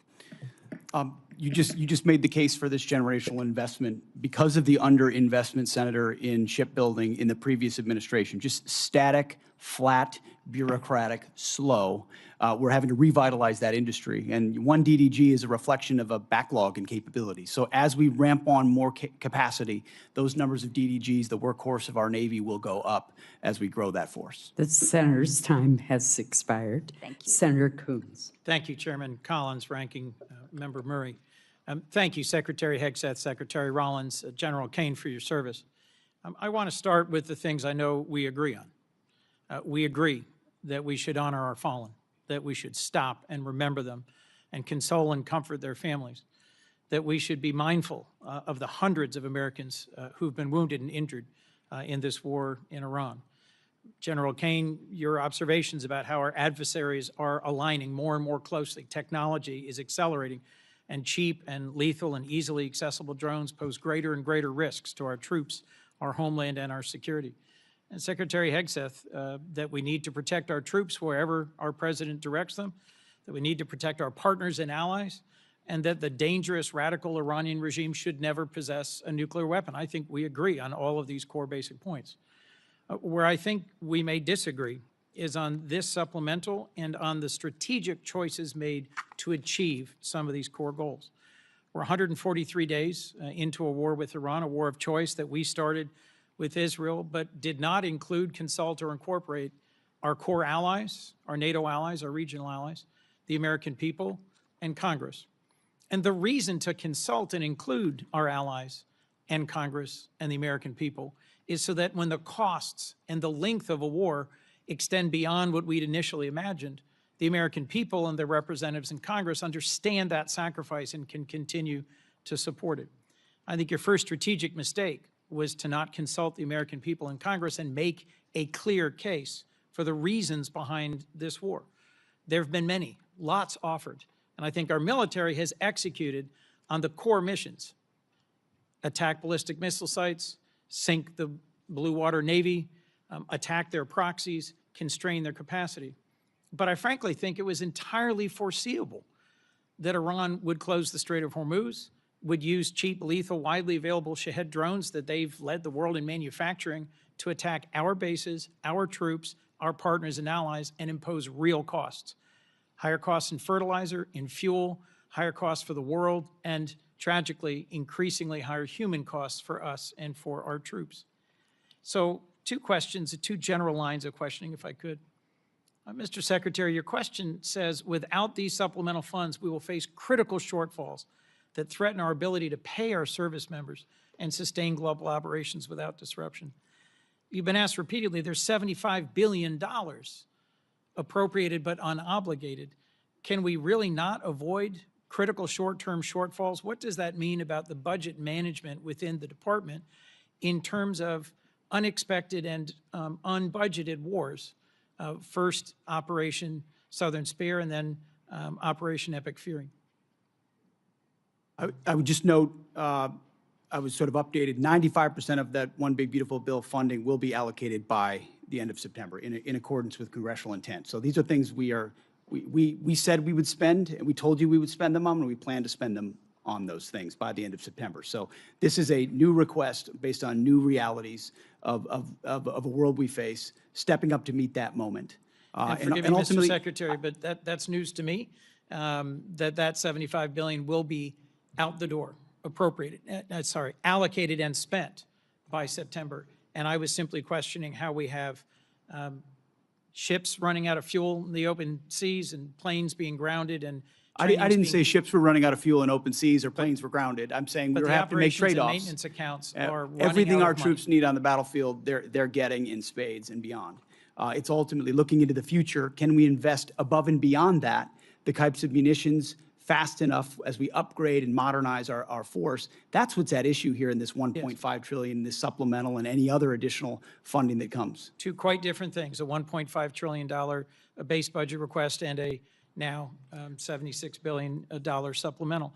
And I was simply going to point to, Department of Homeland Security is sitting on nearly $100 billion in unobligated funds. You haven't requested reimbursement for the millions of, frankly, billions of dollars the department has spent on law enforcement. Second, we requested reimbursement and are getting a substantial reimbursement from DHS. That's good news, and that's news to me. And frankly, as we reflect on the service and sacrifice of those who put their lives on the line of this war, one of the things I've raised over and over and over is the ways in which this administration has dragged its feet on partnering with Ukraine in order to deploy the best-in-class sensors, detectors, and counter-drone systems to protect everything from Dover Air Force Base to our bases in the region, to our troops, to our partners. I want to see you focus on accelerating the defense of our troops and our nation, focus on accelerating the defense of our troops and this region, and a strategy that has a real chance at succeeding at the goals that we agree on. Because the strategy followed, I think, has no credible likelihood of success. Senator Britt. Thank you, Madam Chair. Appreciate all of you being here today. So since the beginning of the Putin's aggression into Ukraine, this body has passed 5 supplemental bills funding different portions of that war. You mentioned in your opening, Mr. Secretary, about not getting those munitions that had come through this body quick enough to Ukraine, and also being able to replenish those here at home. Can you talk a little bit more about that? Because I remember the previous administration dragging its feet after this body gave them directive as to what to do. So can you shed a little bit more light as to what you were talking about in your opening? Well, thank you for that question. Sometimes we forget recent history, which under the Biden administration, there were 5 supplemental requests for Ukraine, which almost every member of this body voted for to send rapidly in a bipartisan fashion for something that this committee and the administration deemed to be urgent. President Trump may take a different view, but that was the view of the Biden administration. And real quick, wouldn't you say it would be urgent to make sure that our men and women in uniform right now have everything that they need? I would argue providing for American men and women as opposed to Ukrainian men and women is a higher priority for the United States Senate.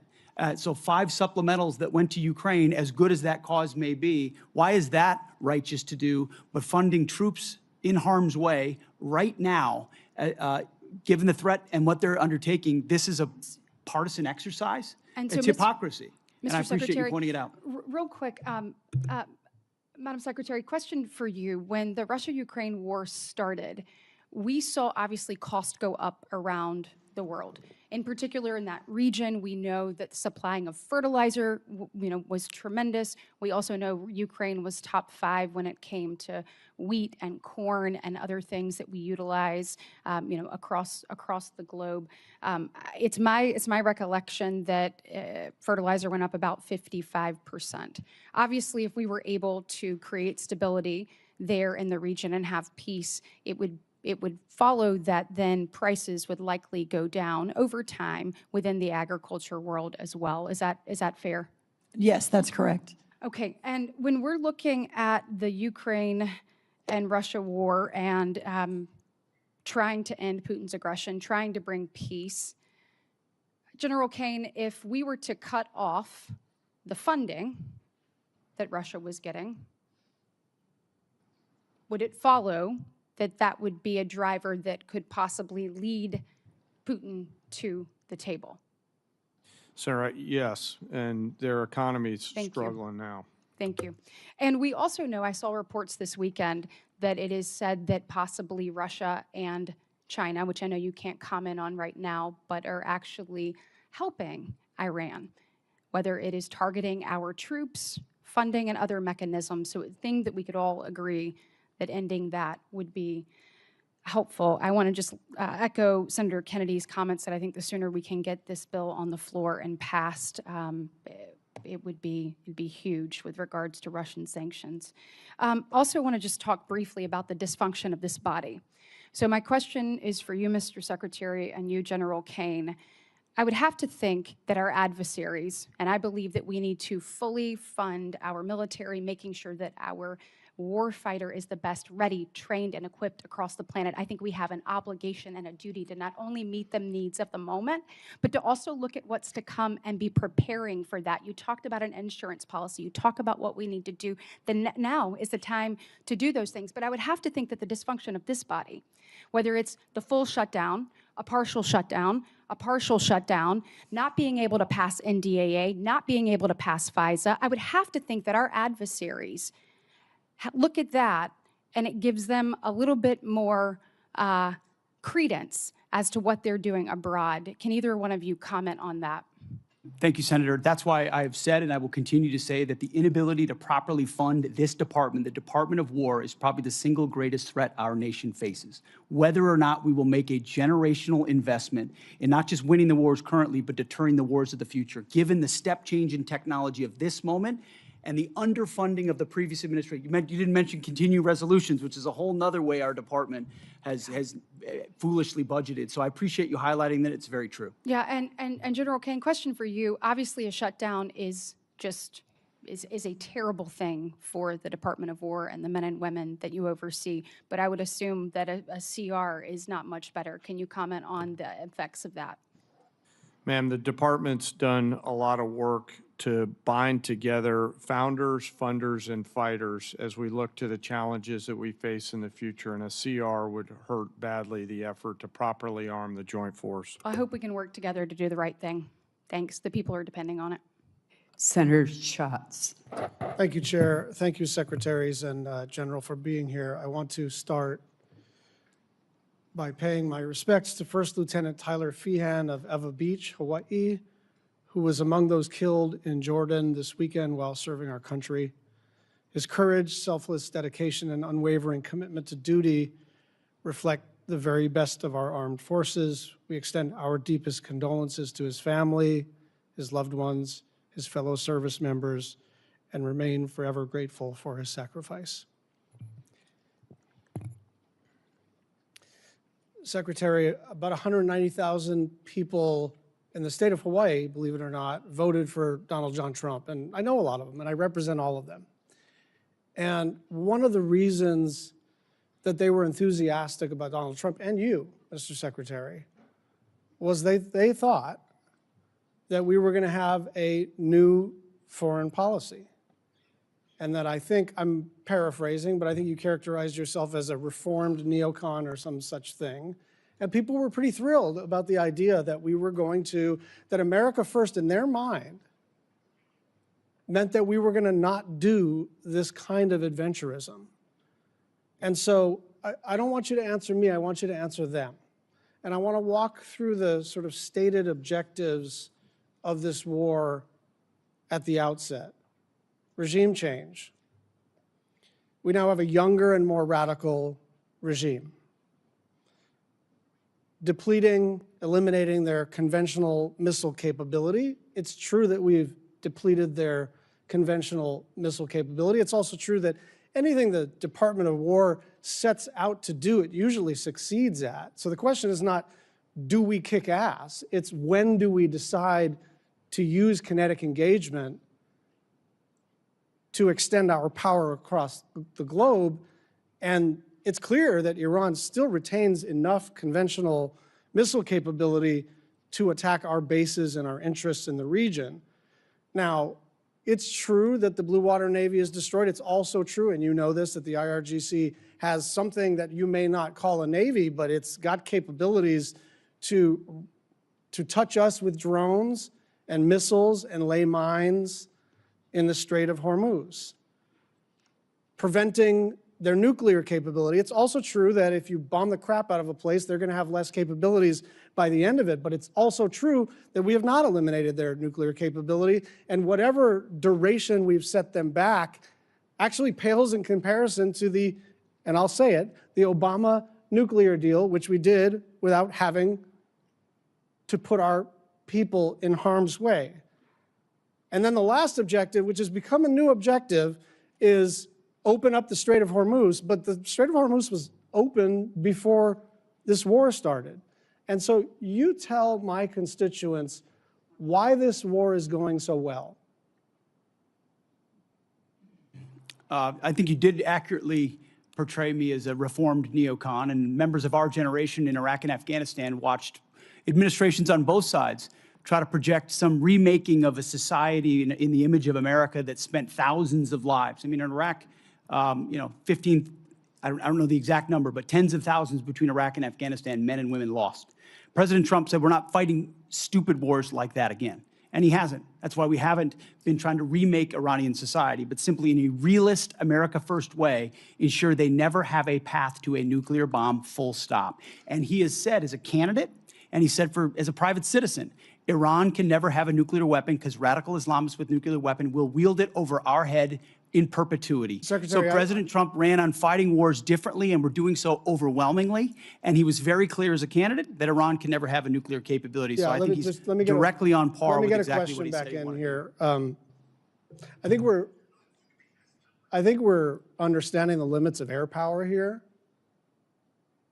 because we're basically at a stalemate. Someone says the Strait of Hormuz is closed, and we say, well, we got a naval blockade, and we're just going to see who blinks first. And the truth is, in order to sort of change the balance here, change the equation here, some kind of escalation would have to be considered. And if you're taking that off the table, then we are in a holding pattern. And I go back to the original 5 objectives, and none of them have been met. Some of them have changed, but none of them have been met. And with gas at now 402, with the Brent crude hit 90 today, up from 70 2 weeks ago, gas up about $1 nationwide, about $1.50 in the state of Hawaii, people want to know, why are we even doing this? Senator Fisher. Go ahead. Thank you, Madam Chair. Secretary Hegseth, I appreciated your perspective on the focus on the 4-year war in comparison to a 4-month war with a nuclear adversary. And I thought it was very well said. Thank you. If we want to support Ukraine going forward, I think the best way to do that is to dramatically increase munition production. And we need more interceptors. We have to be able to move forward. So do our allies and our friends. And let me emphasize that this supplemental does that. This is what we're talking about here today. It's one of the things that we're talking about. As a member of the Armed Services Committee, one of my priorities for over 5 years now has been on munition production. General Caine, what happens if Congress doesn't fund this $21 billion request for additional munitions? Well, ma'am, there's been a lot of work done by the department to partner with the private sector. I'll acknowledge some of the efforts that the private sector is doing to utilize their own capital to facilitate factories. If we don't, as a team, figure out how to properly fund the department, then we're not going to get the munitions, and there's going to be a lack of shared risk between the federal government and the private sector. And I think we're at a point in time in our history where we need to partner. We need to find an ability to share risk. We need to be better sellers and buyers on both sides. in order to make sure that the young all-volunteer force has the weapons that they need before they are asked to go do something. What you're saying is we need to be prepared as a country. Yes, ma'am, and I hope, as I said in my opening statement, that we will find a way to make sure that we seize this moment in this time in history to ensure that we've got the right mix of munitions, high, low, scale, autonomous. What's your plan B if the supplemental doesn't pass? What's plan B? Ma'am, we will always figure things out. We will always have contingencies. We will always determine a way to create multiple simultaneous dilemmas for adversaries around the world in order to create time for us to do the work that the Congress and the Department needs to do together. As you've heard me say a number of times in our posture hearings on armed services and also in classified briefings, we don't have a lot of time, do we, sir? No, ma'am. That's why I said, if not now, then when? And if not us, then who? And I truly believe we're at one of those moments in history where we have a choice to make, just given what I see on the next couple ridge lines. And I encourage us to move forward. Thank you. Mr. Secretary, how would this request scale munitions production and be able to accelerate our delivery times? In the past, previous administrations would sort of send the same amount of dollars into trying to encourage companies to build another factory and add an additional shift. What this munition request does is fulfills deals that our department have cut with these companies. First, multi-year procurement, where these companies that make SM-3s or Patriots or THAADs or Tomahawks. What was the priority for our NDAA a couple years ago? Absolutely. When we put that And you in? have provided that authority, multi-year procurement. And now those companies are spending $4 billion, $5 billion, $3 billion on building their own new factories that then produce 2x, 3x, or 4x the amount of munitions than they did in the past, and they paid for it. So actually, in this budget, which is $21 billion, as you mentioned, it saves $18 billion over the FIDIP on munitions because we're buying munitions at today's cost and not at 5 or 7 years from now when we will also get them. I hate to interrupt, but we're running out of time. We also have the request includes $4.1 billion for our space-based capabilities, and that includes the AMTI and our space data network capabilities. And these really underpin the long-range kill chains and allow our warfighters to detect and also then to track the airborne threats. So, Mr. Secretary, what's the risk to the joint force if we delay these programs until FY28 or beyond? Senator, not being able to see, not being able to sense before an adversary is able to engage one of our capabilities, and which means falling behind in the domain of space, which means falling behind at every other domain. Great, thank you. And General Caine, do you have anything to add on that about why Congress can't wait? I think you make such an excellent case on that.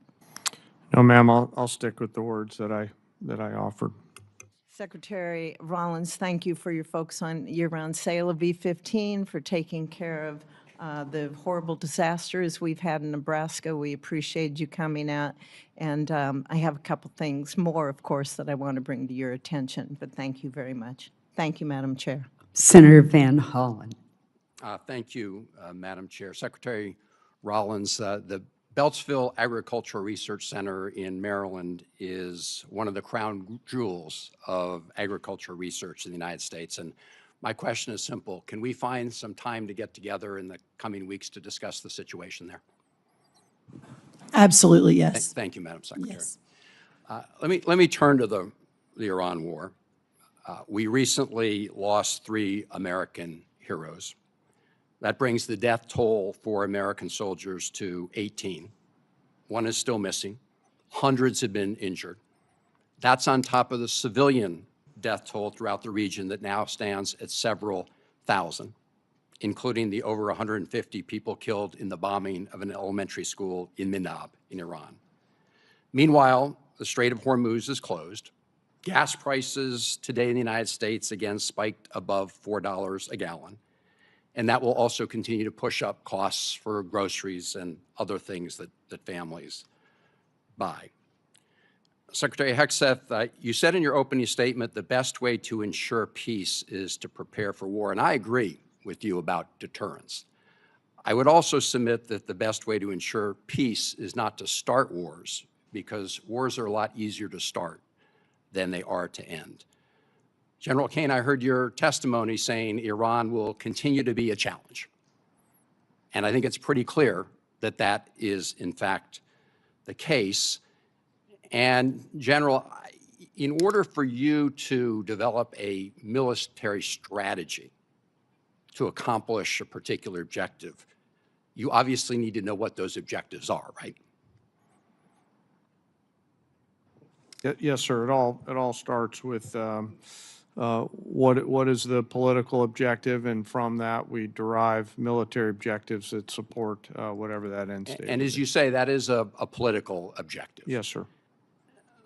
So, Mr. Secretary, you've talked a lot about winning.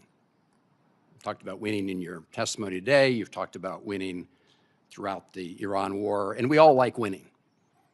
But I think the American people deserve a definition of what it means to win in Iran, because this war has dragged out for a lot longer than certainly the President of the United States indicated. Indeed, the President said on March 24th, and I'm quoting, "We've won this war. This war has been won." Do you know what the President meant by that back in March? Well, Senator, I would just note that militarily, I mean, Iran has been completely overmatched and crushed from the beginning, militarily. Their capabilities are nowhere near ours. I would take issue with your characterization that we started this war. Iran started this war 47 years ago, and they've killed thousands of Americans, including our brothers on the battlefield in Iraq. Iran has been targeting us for a long time.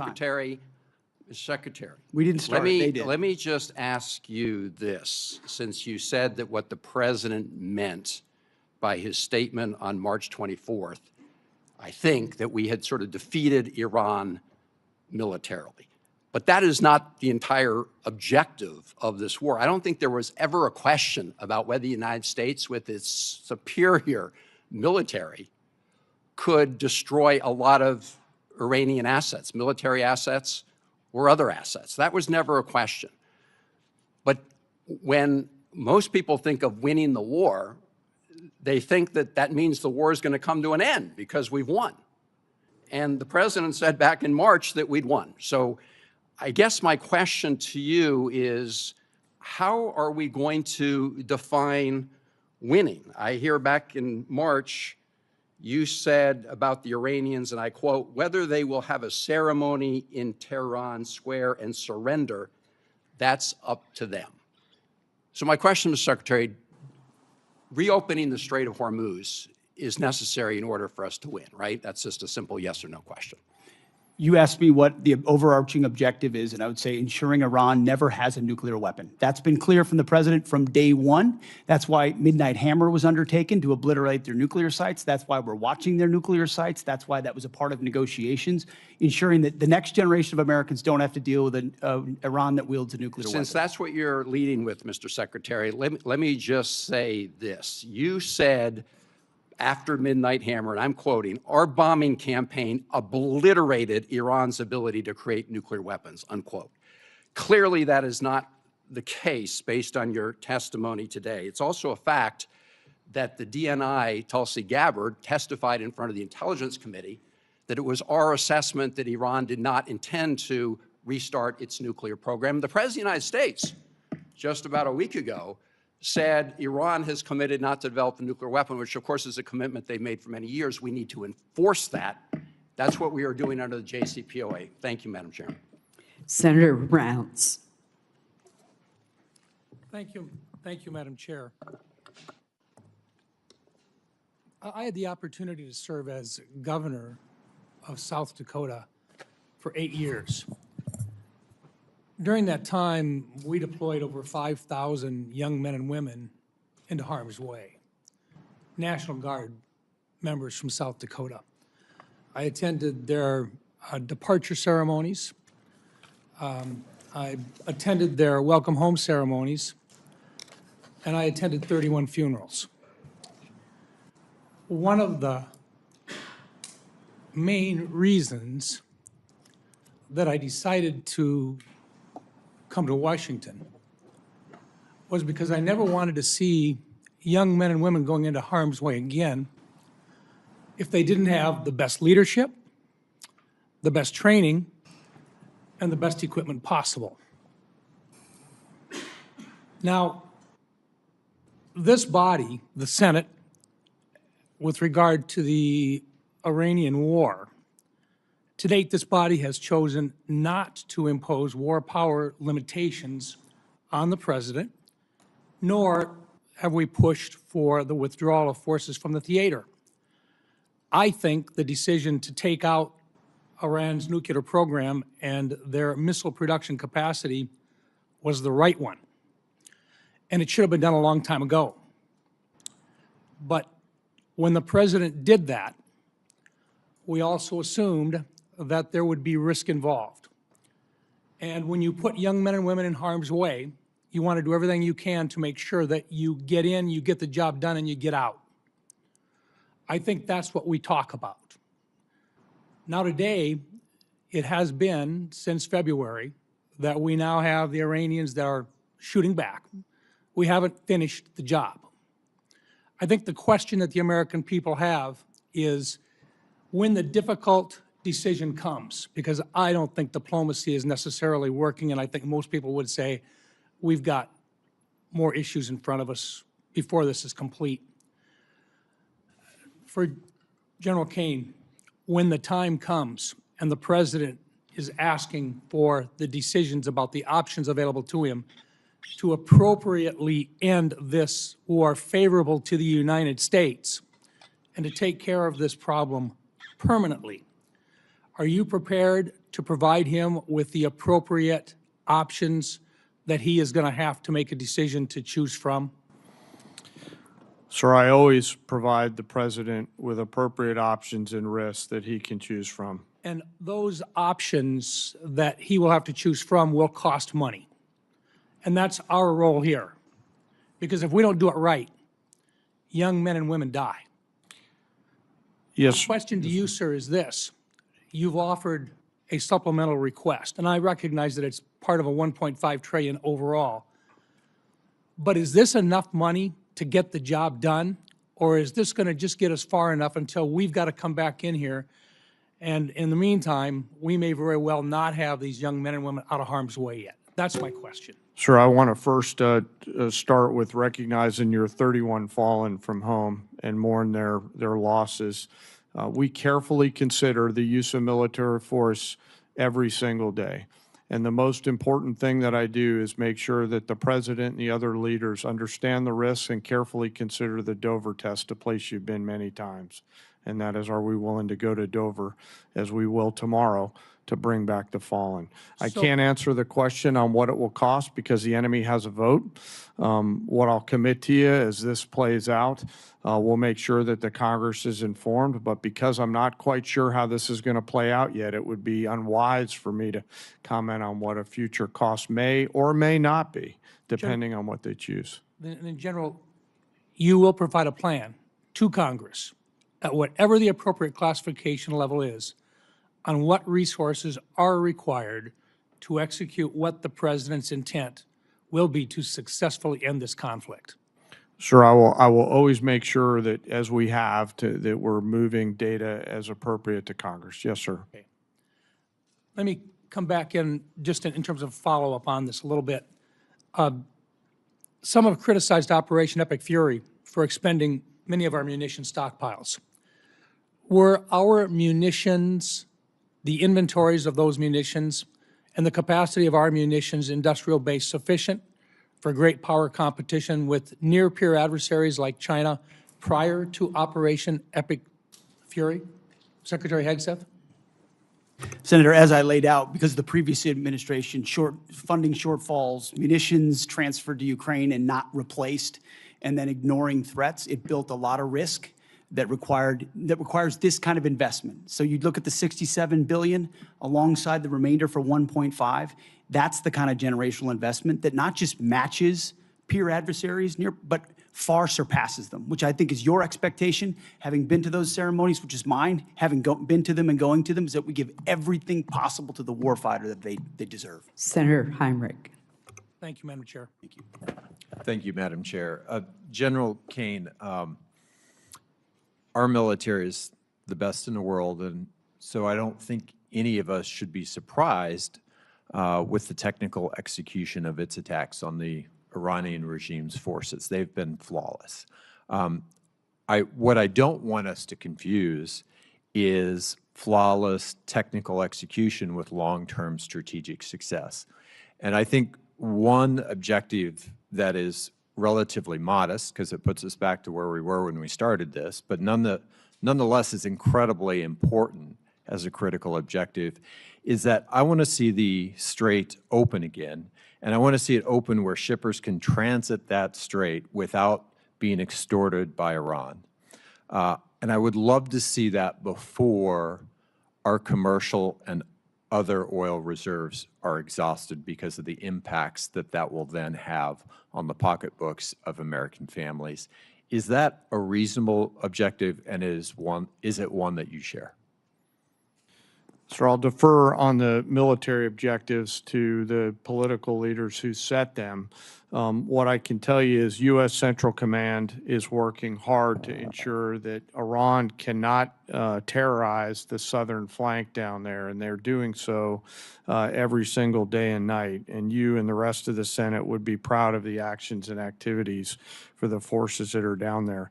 The character of war is changing, though, like I said in my opening statement. And so there's a variety of mixed munitions that are down there coming at the commercial traffic.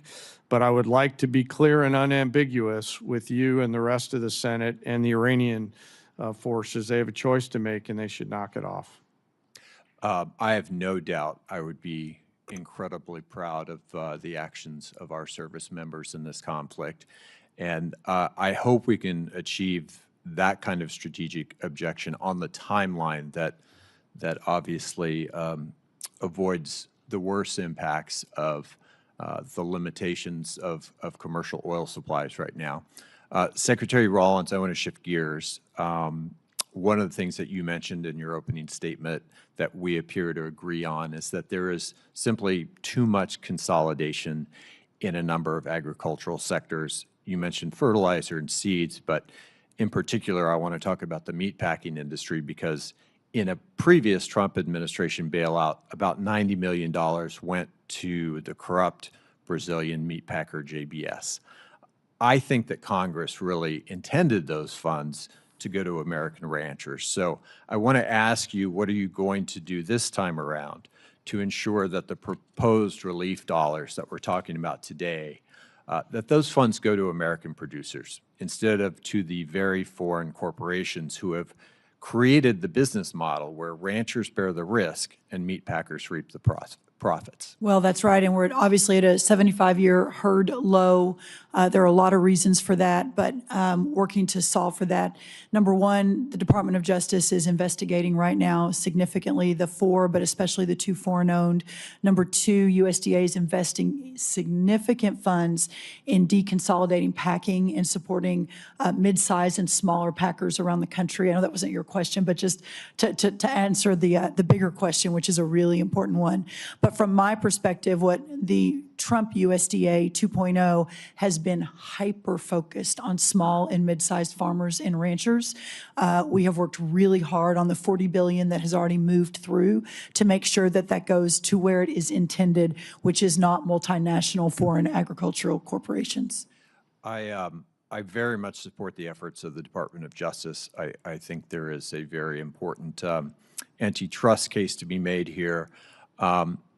At the same time, I've watched as your department has rescinded 3 important rules that were put in place to protect farmers and ranchers from unfair practices by the large meat packers. Those rules were supported by the American Farm Bureau and the National Farmers Union. Explain that discrepancy to me. Which rules? I'm not tracking. The inclusive competition and market integrity rule, the transparency in poultry grower contracting, and tournaments rule and the poultry grower payment systems and capital improvement systems rules. The packers and stockyards, I think is what you're talking about. So we are executing an additional review on that. I think that the point is very well made, that sometimes that inures to the benefit of the larger corporations. As I have begun to make a larger case and a more vigorous case in the importance of deconsolidation, we'll be taking a second look at that. And I would love your input. And I would very much support deconsolidation. Thank you. Senator Houston. Thank you, Chair Collins. Thank you all for being here today. In my brief time in the Senate, I've learned that we're really good at embracing our oversight role, but oftentimes there are many people who don't want to do their jobs in terms of funding the government on time and actually doing the work that we're supposed to do as appropriators. And I'm not for blank checks. I believe everybody should be accountable, but I also believe we should do our job. And now we have a supplemental funding request that we're discussing today. We're waiting on getting an NDAA done. Despite the chair's best efforts to facilitate forward an appropriations process, there's question of whether that will get done on time in September. And my question, start with you, Secretary Hegseth, just to talk a little bit about what the consequences of failure, what this really means to not do this on time, because I've talked to defense contractors. I as a former executive, a member of an executive branch, I know that the legislative branch often thinks, well, no matter when we get this done, we just wave a magic wand, we pass the bill, and it all magically happens. But that's not how it happens. It takes time for people to, you have businesses out there who are going to rely on to build these weapon systems who don't know if they're going to get paid. They can't plan. They can't staff up. They can't order the equipment. They can't do any of these things unless they know that the money's actually coming. So what are the consequences of not just doing this, but doing it on time in a timely manner? Senator, thank you. I think the consequences of dysfunction in funding this department put at risk I think a first time in 25, 30-year reform effort to change how we do business as a department. We're going to war with the Pentagon bureaucracy because the bureaucracy existed to defend just a few systems and processes and companies. We need all of American industry coming into our department. And if you talk to industry, they've never seen anything like what our deputy secretary and our department are doing right now to run fast at speed. But it counts on this body and others funding this department in a way that can fulfill the deals that we're cutting, that saves the taxpayer tens of billions of dollars and gets weapons to warfighters years and years faster than we ever have in the past. So without the funding, we put at issue all those deals, all the reforms, all the ways in which we're changing our department to move at the speed of business. So it's not just dollars and cents. It's demand, it's predictability, it's showing industry we will meet you at this moment. And if we can't get past our dysfunction to fund the warfighter, we put a lot of that at issue. General Caine, same question from a military point of view, not knowing if, when the funding's going to come, and us not doing our job on time, what are the consequences to the warfighter? Sure, I'll just add to the Secretary's comments, you know, it'll manifest itself in a range of ways, readiness, capability, munitions, training, cyber, unmanned autonomy. This is why I'm really asking for the Congress's help here, for us to look forward at the next couple ridge lines and to be thoughtful about the moves that we make here. And I understand the environment that we're operating in right now. But whatever structure the legislature and the executive branch determine, we need predictable capital, my investor hat on from my previous life, so that we can go out and procure the capabilities that we need before we need them. And those things are changing. You know, the advancement of small drones and things like that, we're going to have to make sure that we stay very close with the Congress so that as technology develops at a speed that we haven't seen before, that we're staying very close and partnering with the Congress to enable us to adaptively use that capital with the appropriators' buy-in so that we're arming the force properly. Well, I can tell you in interacting with the people who are that want to build these new generation of weapon systems, because I think you would agree that we've learned a lot from Ukraine. We've learned a lot from this conflict about how we were underprepared from the standpoint and from a defense standpoint, and that we have to continue to modernize our system, the weapons systems. I think it's very important that we not only do our job, but we do it on time, because you cannot run a Department of Defense, run businesses who are supplying these things without knowing if you're actually going to get funded. Because the whole supply chain, the workforce, everything gets held up when we don't get our jobs done on time. So, Yes, sir. I used to work in the private sector for a company that was headquartered in Piqua, Ohio. And those leaders told me, your entire job, Dan Caine, is to deliver quality parts, or in this case, weapons, on time with shorter lead times and lower costs. And part of why I'm so passionate about this is because I see how this capital, if the Congress chooses to give it to us, will manifest itself in real combat capability, lethality, and survivability for our joint force. Thank you, and thank you, Secretary Rollins, for coming to Ohio and meeting with all of our ag leaders. It was great. Thank you, Madam Chair. Senator Gillibrand. Thank you, Madam Chairwoman. Secretary Hegseth, you're requesting billions of dollars in supplemental funding for a war that you said would last for weeks, and that the president has no plan or ability to end. At the same time, this still unauthorized and extremely unpopular war has caused gas, diesel, fertilizer, and other essentials that New Yorkers and our farmers need across the country, and has become much more expensive. So how do I go back to New York, and what would you say to them who are seeing their health care bills rise because massive cuts to Medicaid? They've seen their grocery and gas bills rise, and this unpopular and unauthorized war abroad is a higher priority to this administration than their ability to feed their families and provide health care to their loved ones who are sick.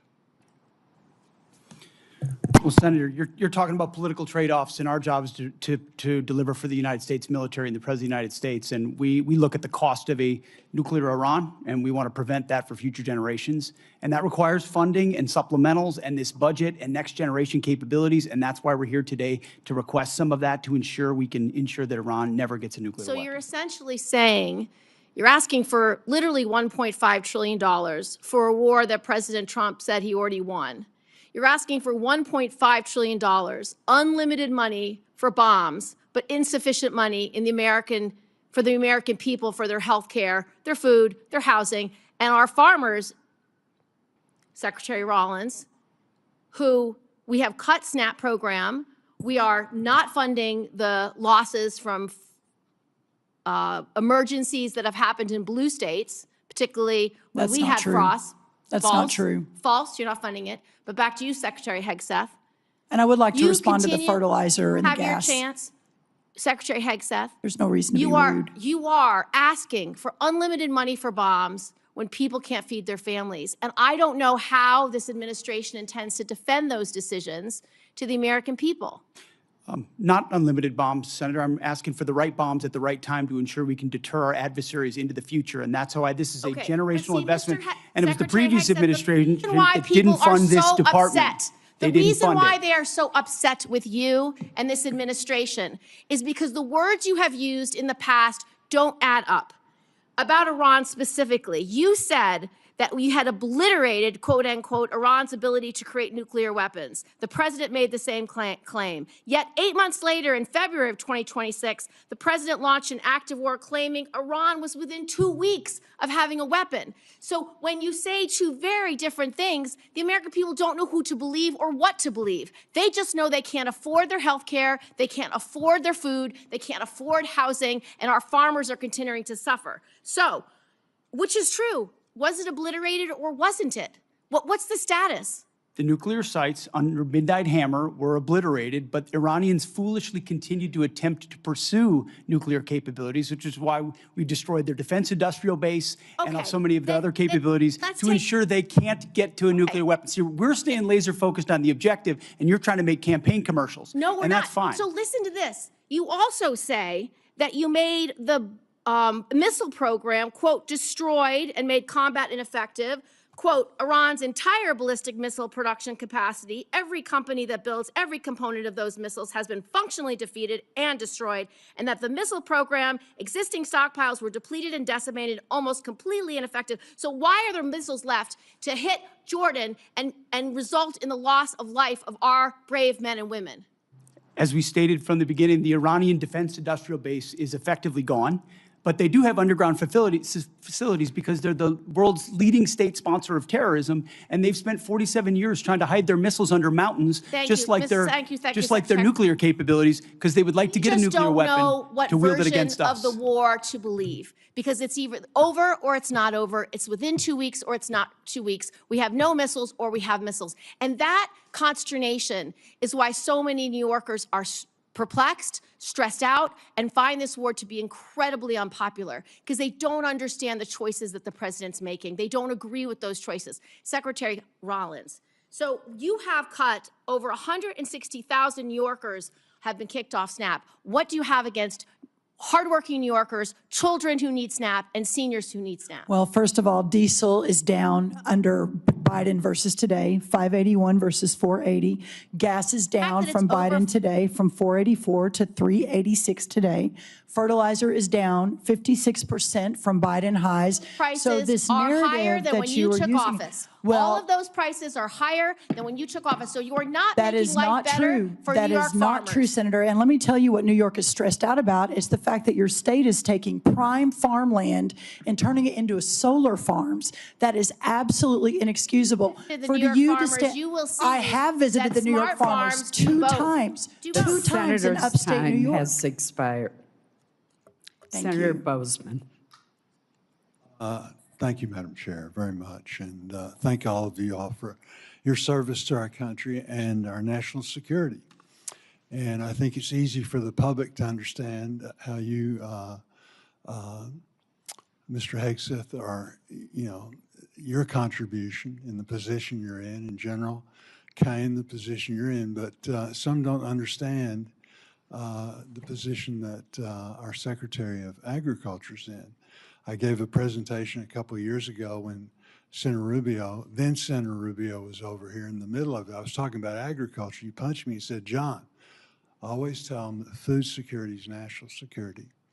Now Senator Cotton, who's head of the Intelligence Committee now, is taking his place. He's doing the same thing. So again, what we're talking about today is very, very important to our country. Right now, we're in a generational crisis. Our banks, our economists tell us that if we don't start doing things differently, and the good news is the administration is doing things differently, we're going to lose 20–25% of our farmers in the next 2 or 3 years. I visit almost daily with farmers about the difficult farm economy, wildfires, flooding, all the things we've talked about today. My only concern is that the supplemental is very much appreciated. After hearing the testimony today and the concerns, we might need to look at bumping that up a little bit. But again, we'll discuss that later. The supplemental, though, the supplemental assistance is important in keeping our farmers going, but it's not the answer. Will you just reiterate again what we're trying to do? We're trying to give farmers a bump, an edge to keep going until the programs that we're putting in place now kick in. You mentioned fertilizer, you mentioned E15, you mentioned value-adding our products, both overseas, finding new markets. Can you talk a little bit about that, the importance of not only the supplemental, but again, what we're doing in conjunction with that so we won't have supplementals in the future? That's exactly right. The effort to bring the cost of inputs down is real. Fertilizer, seed, labor, interest rates, et cetera, number one. And if we can just get inputs back down to where they were in Trump 1, we're going to have a remarkable recovery in farm country. But then you add that to the 19 new trade deals, more coming online every day, the record-breaking exports that we're going to see in a lot of our row crops, but also in dairy and tree nuts and others. That's going to be a game changer. Then you look at expanding the domestic market, as you talk about, whether E15, obviously all of the biofuels. We've already seen corn and wheat hit record highs, or the highest number for the year after announcing the new renewable fuel standard. So we're seeing some pretty incredible movement in the right direction. Then you marry that to all of your work under the Working Families Tax Cut Act, the new reference prices that under the last administration couldn't get a farm bill. You all did that with the president's leadership. The first time we're going to increase reference prices in more than a decade, combined with a $250 billion investment in rural America, the largest investment in rural America in American history. This Congress did that with the White House's leadership. All of that together is going to change the trajectory for the long term of farming and ranching in America. But to get to that point, that's why this supplemental is so very, very important. Madam Secretary, I have a letter from Farm Bureau that I want to put into the record that just outlines requesting relief to sustain America's farmers and ranchers. Secretary Hegseth, General Caine, one of the things that we're concerned about is that in the military construction aspect of things, we're really not asking for that in the supplemental. I know that the success of Operation Epic Fury, particularly for our missile interceptors and short-range aircraft, really basing was a large part of that. Can you tell us how we can help you, again, try and plus up our military construction in some way so that we're not going to be faced with this in the future, trying to double up? Senator, I think by Congress finding the ability to meet up to close to our the totality of $1.5 trillion means we're not making the kind of trade-offs this department has made now for decades. Those are the types of things, construction, maintenance, that fall off when trade-offs occur. And so you dig the hole even deeper. And what this budget does, first of all, it fully funds the UPL list, which is the unfunded priority list of PACOM, a priority theater, and then it gets at every single substandard barrack that we have across the department. So we're funding the military construction in a way that we've never done before to get out of the hole that we've had for a while. Very good. Thank you, Madam Chair. Thank you, Senator Bozeman. To the very patient Senator Baldwin. Thank you, Madam Chair and Madam Vice Chair. And thank you for appearing before our committee today. To many I represent and to me, this supplemental request is another example of this administration's misplaced priorities. Instead of spending tens of billions of dollars more for this president's war of choice in Iran, that both houses of Congress, I may add, have voted to end absent explicit authorization by Congress, we should be focusing on the needs of American families. We could invest this money to accelerate new cures and treatments for cancer and Alzheimer's. We could use it to help more families with rising home energy costs. We could use this funding to help more families afford quality childcare. We could use this funding to help more kids get free school lunch.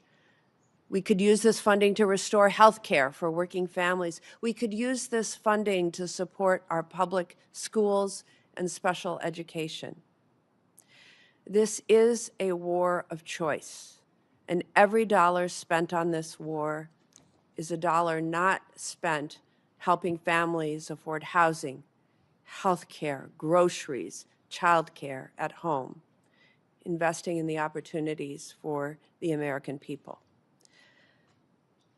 First, I want to express my condolences and my respect for the 17 American service members killed in this war since February, including 3 over the past few days. Their lives are the price this country has paid for this war.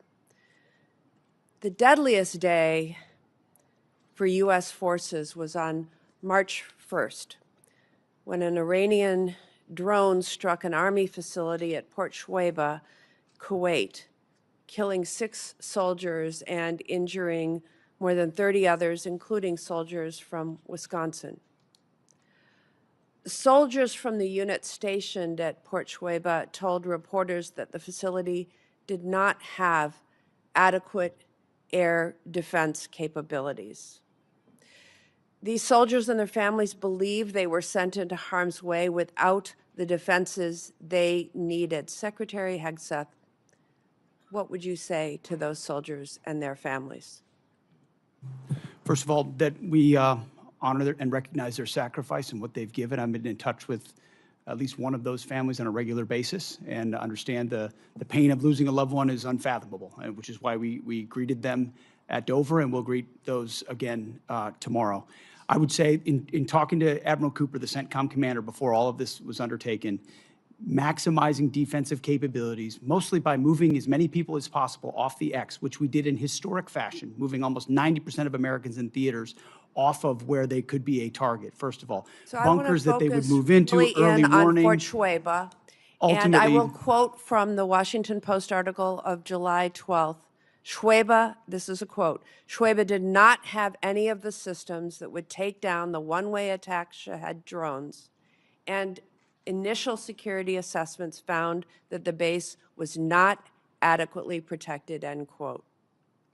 Soldiers at Port Shuaibah have also been quoted in news reports saying that requests for additional medical and drone defense systems were denied prior to the conflict with Iran beginning.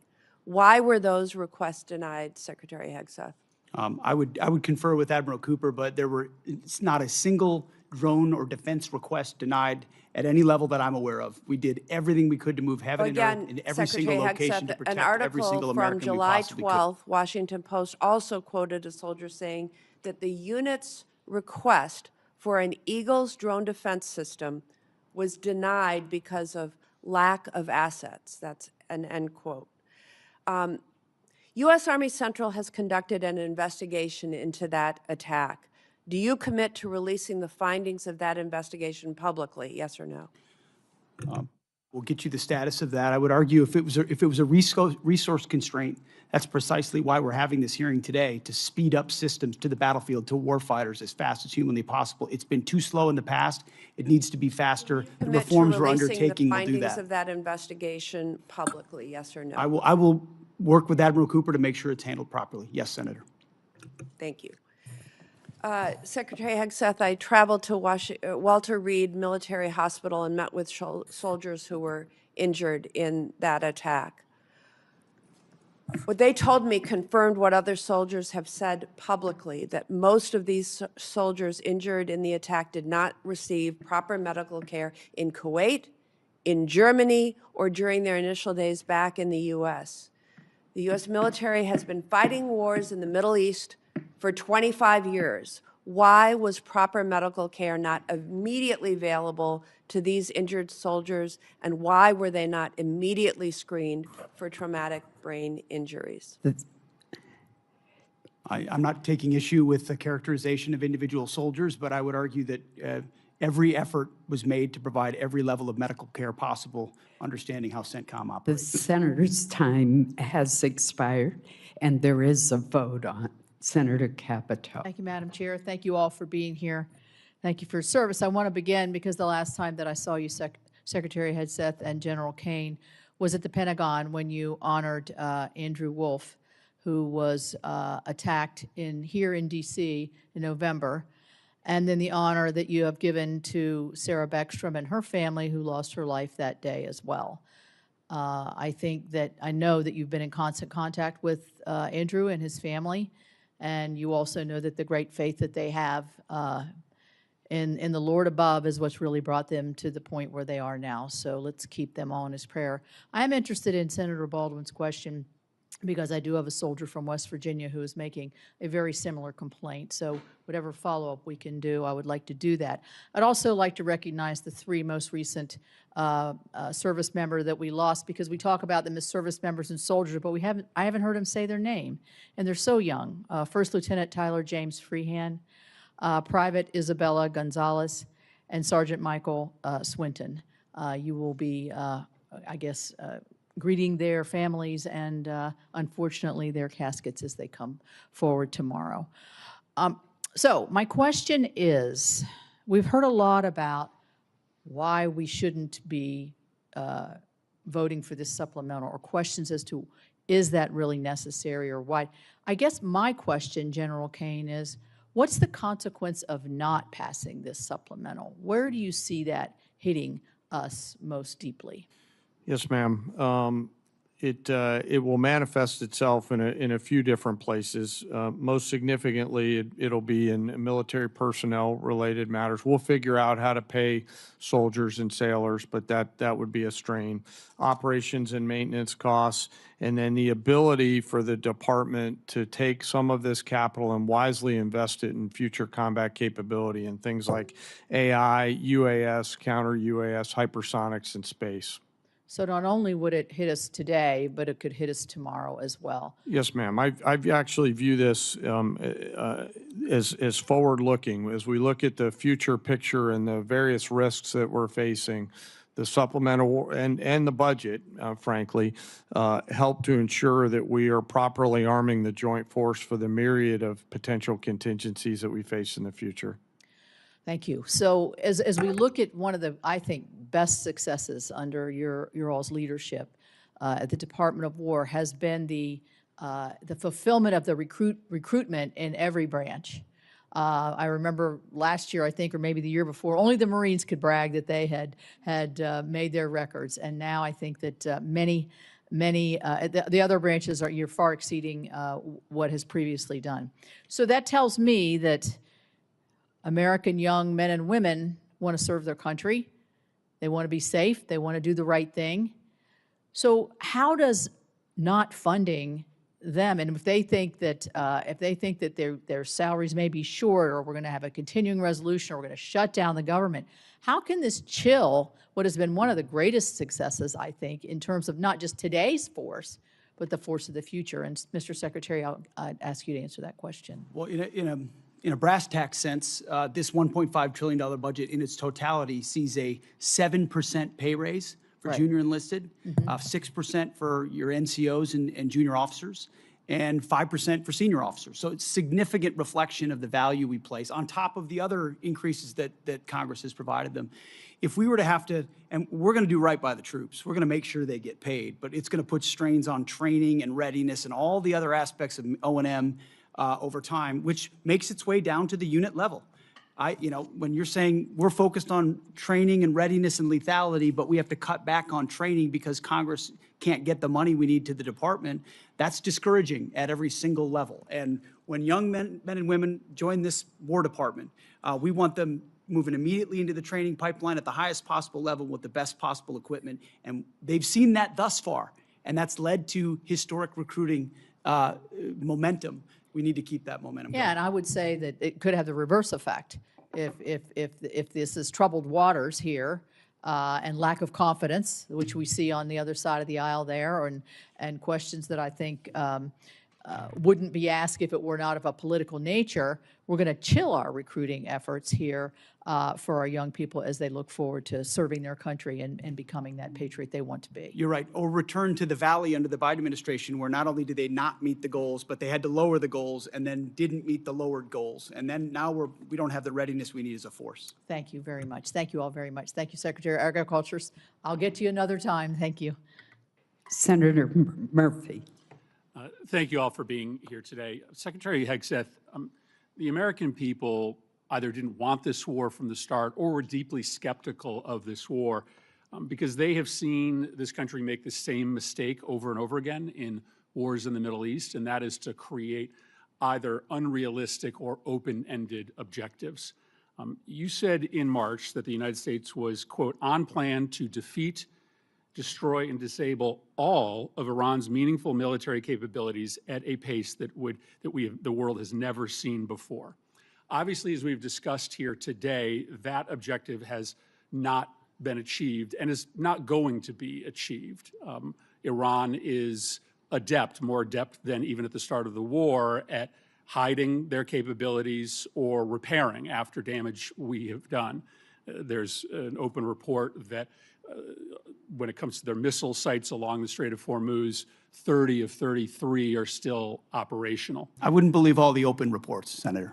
But I've also heard you say in this hearing that the objectives now seem to be more limited than they were at the outset of the war, that this is about reopening the strait and this is about dismantling their nuclear capability. And the president, of course, has said himself that he thinks Iran has a right to a missile program.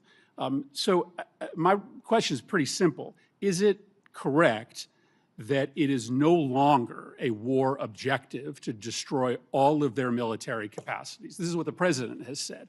Have our goals been simplified to reopening the strait and to getting into a negotiation over a nuclear program? Now, I don't think you have a realistic plan to do either of those things, but I think it's important for us to know what we're funding. Are the objectives much more limited today than they were when you made that statement in March? So I think the objectives have been consistent and clear from the beginning. And I would contrast it to North Korea, where a conventional buildup was used to hide a nuclear capability that eventually evolved to a point where it couldn't be contested.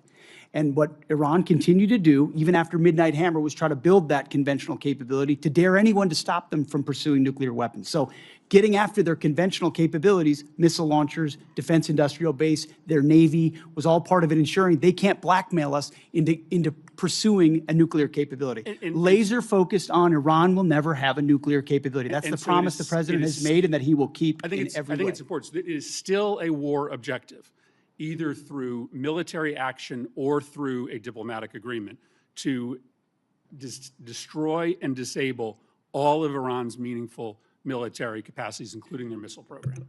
As far as all, when we talked about that from the podium at the outset of this, we were talking about their defense industrial base. And if you look at the metrics of their ability to make more, that it's been overwhelmingly destroyed. Not everything, but overwhelmingly. Now, do they have missiles in underground bunkers because they're a terror state? Sure they do, and we've acknowledged that from the beginning. Yeah, but their capacity is less today than it's ever been as a nation. They obviously have significant capacity to effectively disrupt the entirety of the Middle East and oil flows out of the Middle East, and that's not going to change. Let me ask you one more question. This is a request for supplemental funding because you don't have the funding in your base budget to do what you need to do, which makes questions about the base budget relevant. There's been a lot of attention, Mr. Secretary, on the modernization of a luxury jet that was gifted to the president by the government of Qatar. Reports suggest that maybe as much as $1 billion in your base funding, an extraordinary amount of money, has been used for an upgrade, and the plane is back in the shop for a second upgrade.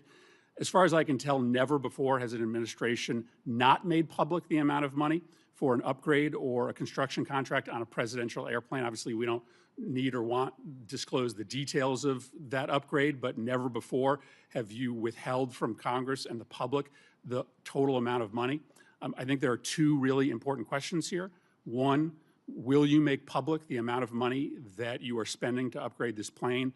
And two, can you commit to this Congress and this committee that the president isn't going to take this plane with him when he leaves office? The only thing more insulting to the taxpayers of spending money on a jet they don't need would be for the president to take it with him, to take it out of our military inventory when he leaves office. Say the Air Force has done an incredible job making that a capable jet that ultimately, but its capabilities and investment are classified and shouldn't be talked about in public. That's not what I'm asking. Considering the security of the President of the United States. Will you disclose the amount of money publicly? I would imagine as part of the regular budget process, that's something that we would look at. And will you commit that the president will not take But you have this to look jet? at the classification level of certain things that are not devolved for reasons of national security. Will you commit that the president will not take this jet with him out of federal inventory when he leaves office? That's not a decision for necessarily me to make, and ultimately we're grateful to have it in the fleet for the Air Force to protect the President of the United States. That's a deeply Senator unsatisfactory Peters. answer to the American public. Senator Peters. Thank you, Mr. Chairman. Folks, welcome to the hearing today. I apologize. Is Senator Ossoff still here? Oh. I'm sorry. I went out of order. Senator Ossoff. I'll yield my time to Senator Ossoff. Thank you. Thank you, Madam Chair, and thank you all for your testimony. And General Caine, let me just begin by expressing on behalf of all Georgians our immense gratitude and admiration for the service members who are making tremendous sacrifices and conducting themselves with extraordinary selflessness and professionalism on behalf of the United States and our state's unified condolences and grief for the families of the 4 killed in action and our hope for a swift recovery for the nearly 100 wounded over the last 2 weeks. And thank you to you for your service to the nation. Mr. Hegseth, you're requesting roughly $68 billion for the department through this supplemental, correct? 67, yes. And yesterday, your department stated publicly, quote, U.S. forces struck Iranian military command centers, maritime capabilities, missile and drone launch sites, and air defense systems to degrade Iran's ability to continue attacking commercial vessels. That was a press release from your department. Is that a broadly accurate characterization of ongoing operations? That sounds broadly accurate, yes. On day 14 of this conflict, Mr. Secretary, day 14, nearly 5 months ago, you stated that Iran's military had been, quote, destroyed and, quote, made combat ineffective. That was on day 14 of the war. Was that an accurate statement? They didn't have a Navy any longer. It was completely sunk. Their missiles were buried underneath a lot of their underground facilities, and their defense industrial base has been almost completely destroyed. So as far as a military assessment of Iran's capabilities, it didn't mean by any stretch of the imagination absolute zero, but their capabilities Mr. Secretary, at the lowest level you they've been in a stated very that long time. on day 14 of this conflict, in the second week of the conflict, you stated that Iran's military had been, quote, destroyed and, quote, made combat ineffective. Was that an accurate statement? Yes or no? Iran's ability to challenge the United States of America at the level at which we're capable of. That's not what I asked you, Mr. Secretary. You said on day 14, Iran's military had been, quote, destroyed and, quote, made combat ineffective. Yes or no? Was that an accurate statement? What the American military has done to the question? Iranian military is a historic military Will you defeat, answer the and question they're ineffective under oath? in that context. 3 weeks later, you declared victory. That was now nearly 4 months ago. 3 weeks after you'd already said Iran's military was destroyed and combat ineffective, you said, quote, Operation Epic Fury was a historic and overwhelming victory. You said Iran's military had been rendered, quote, combat ineffective for years to come. And you stated we had, quote, achieved every single objective. Were those accurate statements? It certainly was, on behalf of the men and women in uniform, a historic military victory over Iran. Had Iran's military been rendered, quote, combat ineffective for years to come? That was a statement that you made 4 months ago. They had 160 naval vessels You in need to their answer Blue the Water questions, Navy, Mr. and they're gone. Secretary. Their Air Force is 4 months completely ago. combat You ineffective, said and they don't 4 have a months defense ago. industrial base. Excuse So me, Mr. describe to me a country Secretary. that doesn't have an Air Force, a Navy, or a defense industrial base, and Mr. I will describe to Secretary. you a country that does not have an effective Mr. military. Secretary, you It stated. can lob missiles. Got Mr. it. Secretary, you stated missiles, 4 but it's months not a ago combat that effective Iran's military. military had been rendered, quote, combat ineffective for years to come.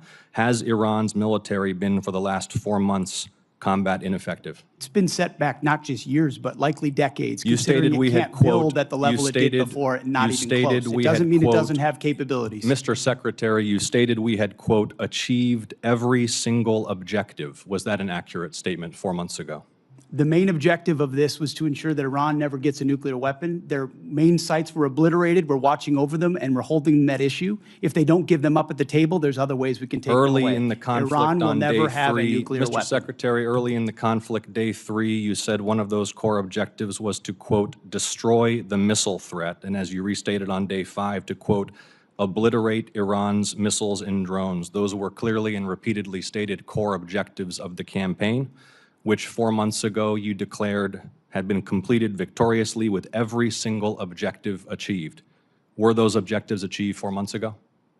No one ever stated that every single missile was gone. Ultimately, combat ineffective means they're not able to dig them out of their UGFs and shoot Had at the us. missile It threat doesn't mean they been don't defeated have 4 underground months facilities ago? where they put missiles in them and hold on to them because they're the world's largest state sponsor of terrorism. So we never expected they would stop having capabilities to shoot. The question is at scale against an opponent like the United States of America, which went toe-to-toe with them and Iran couldn't and You cannot stated on handle it. March 8th, day 9 of the war, on 60 Minutes, you assured the American people of Iranian surrender. Does that remain your prediction?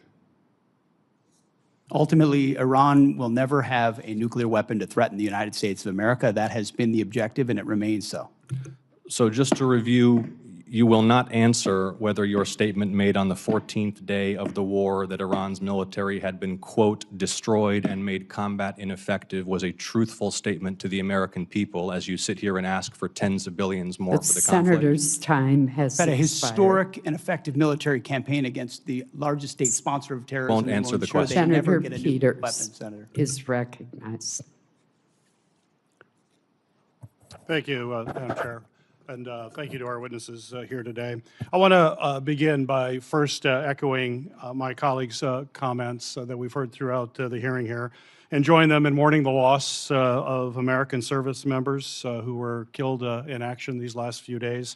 My thoughts are with their families, with a service member who remains missing, and with all those injured during the strikes. And I will continue to pray for their families. Secretary Hegseth, over the course of the war with Iran, I have repeatedly expressed concerns regarding the administration's lack of a winning strategy and repeated contradictions about the state of the war. Frankly, it doesn't help that you and your president continues to mislead the American people. You and the president have repeatedly said that the war, as we've heard over and over again, is almost over or already won. In fact, the president alone has said the war is almost over more than 30 times. On March 1st, the president said, we'll be done in 4 or 5 weeks. On March 9th, he said the war was very complete. On April 8th, he declared total and complete victory, 100%, no question about it. On the same day, you declared Operation Epic Fury was a historic and overwhelming victory on the battlefield, a capital V military victory by any measure. And yet today, July 21st, we have soldiers whose remains are sadly going to be returned to their deeply grieving families tomorrow. Clearly, the war is not over yet. After months of conflict, our strategy to win remains unclear. I have long said the United States has the strongest military in history in the world, and I have no doubt that our brave service members can execute any mission and prevail in any battle.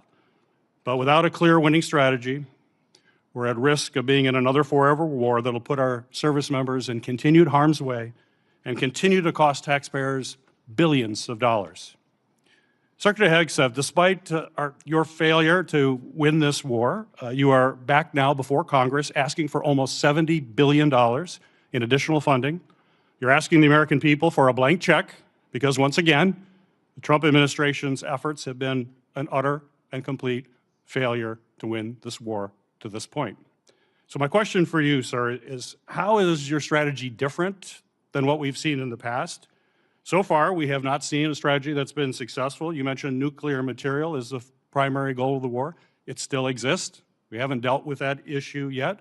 You talk about the destruction of missiles, and yet the missiles that we saw hit recent targets are actually somehow more lethal, more deadly, more maneuverable than what we have seen in the past. So they're obviously improving their munitions. The Strait of Hormuz is still closed, reminding everybody it was open before the war. Prices were lower for everybody until the war, and it still remains closed. And of course, tragically, people, service members, our warfighters, who we care deeply about, are still dying. So what's different? Mr. Hegseth, Secretary Hegseth. I think your characterization of this incredible effort as a failure is reckless.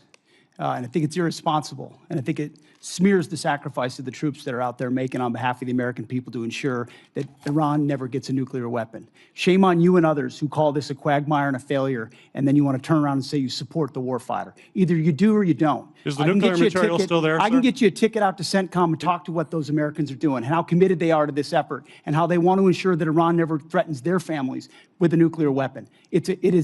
That's the kind of intensity that our warfighters have about making sure that Iran isn't capable of doing that. Secretary Hegseth, if you listen to my comments, you would have heard me say how amazing our warfighters are. I heard failure. And the word heard, I heard exactly what you said. I will tell you how I use the Heard word exactly failure, what you because said. I use the word failure to their leaders. You, sir, are the failure, not the men and women who are on that front line, not the men and women who hold up their honor with distinction. But if there's a lack of a winning strategy, they're in harm's way. Their leaders have failed them. And that's what's happening. We have political leadership. You don't have a strategy. You don't have a long-term plan to actually win this war. Win the war. The men and women are going to be able to do it, but they need to have leadership. When will you show leadership? We have leadership. When will you show Why don't you leadership? show some leadership and stand up to your fellow Democrats who won't fund the troops, who stand and play partisan politics while you don't give us the money? You want to stand up here and talk about the troops? You won't show any political Secretary courage Hegseth. to actually fund our department because you have Trump derangement syndrome and can't actually commit to anything meaningful. So I put this on you, Senator. Secretary Hegseth, you have trillions, you have over $1 trillion. You're asking for $1.5 trillion.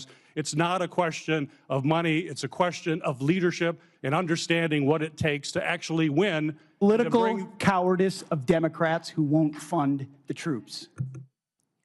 Senator's time has expired. This will conclude our hearing. I want to thank our witnesses for being present and the committee for what has certainly been a vigorous discussion. For any senators who wish to submit additional questions for the record, those questions will be due in 7 days on Tuesday, July 28th by 5 p.m. I'm going to ask the Vice Chair if she has any final comments. I do very quickly, and thank you, Chair Collins. This was really an important discussion about the state of this tragic and disastrous war and how we should be spending Americans' tax dollars on families instead of this president's war of choice. Unfortunately, this hearing has done exceptionally little to justify the president's request or to instill confidence that this administration has an exit plan or a strategy to end the war. This war has cost us a lot. The last thing we should be doing is rubber stamping another $70 billion to help Trump keep it going. Thank you, Madam Chair. Well, Vice Chair Murray, I'm compelled to respond to your comments by pointing out that it is the duty of this committee to have a hearing when we have this kind of supplemental request. And so I do appreciate the think hearing. that your I do. comments was not appropriate. This hearing is now adjourned. Thank you.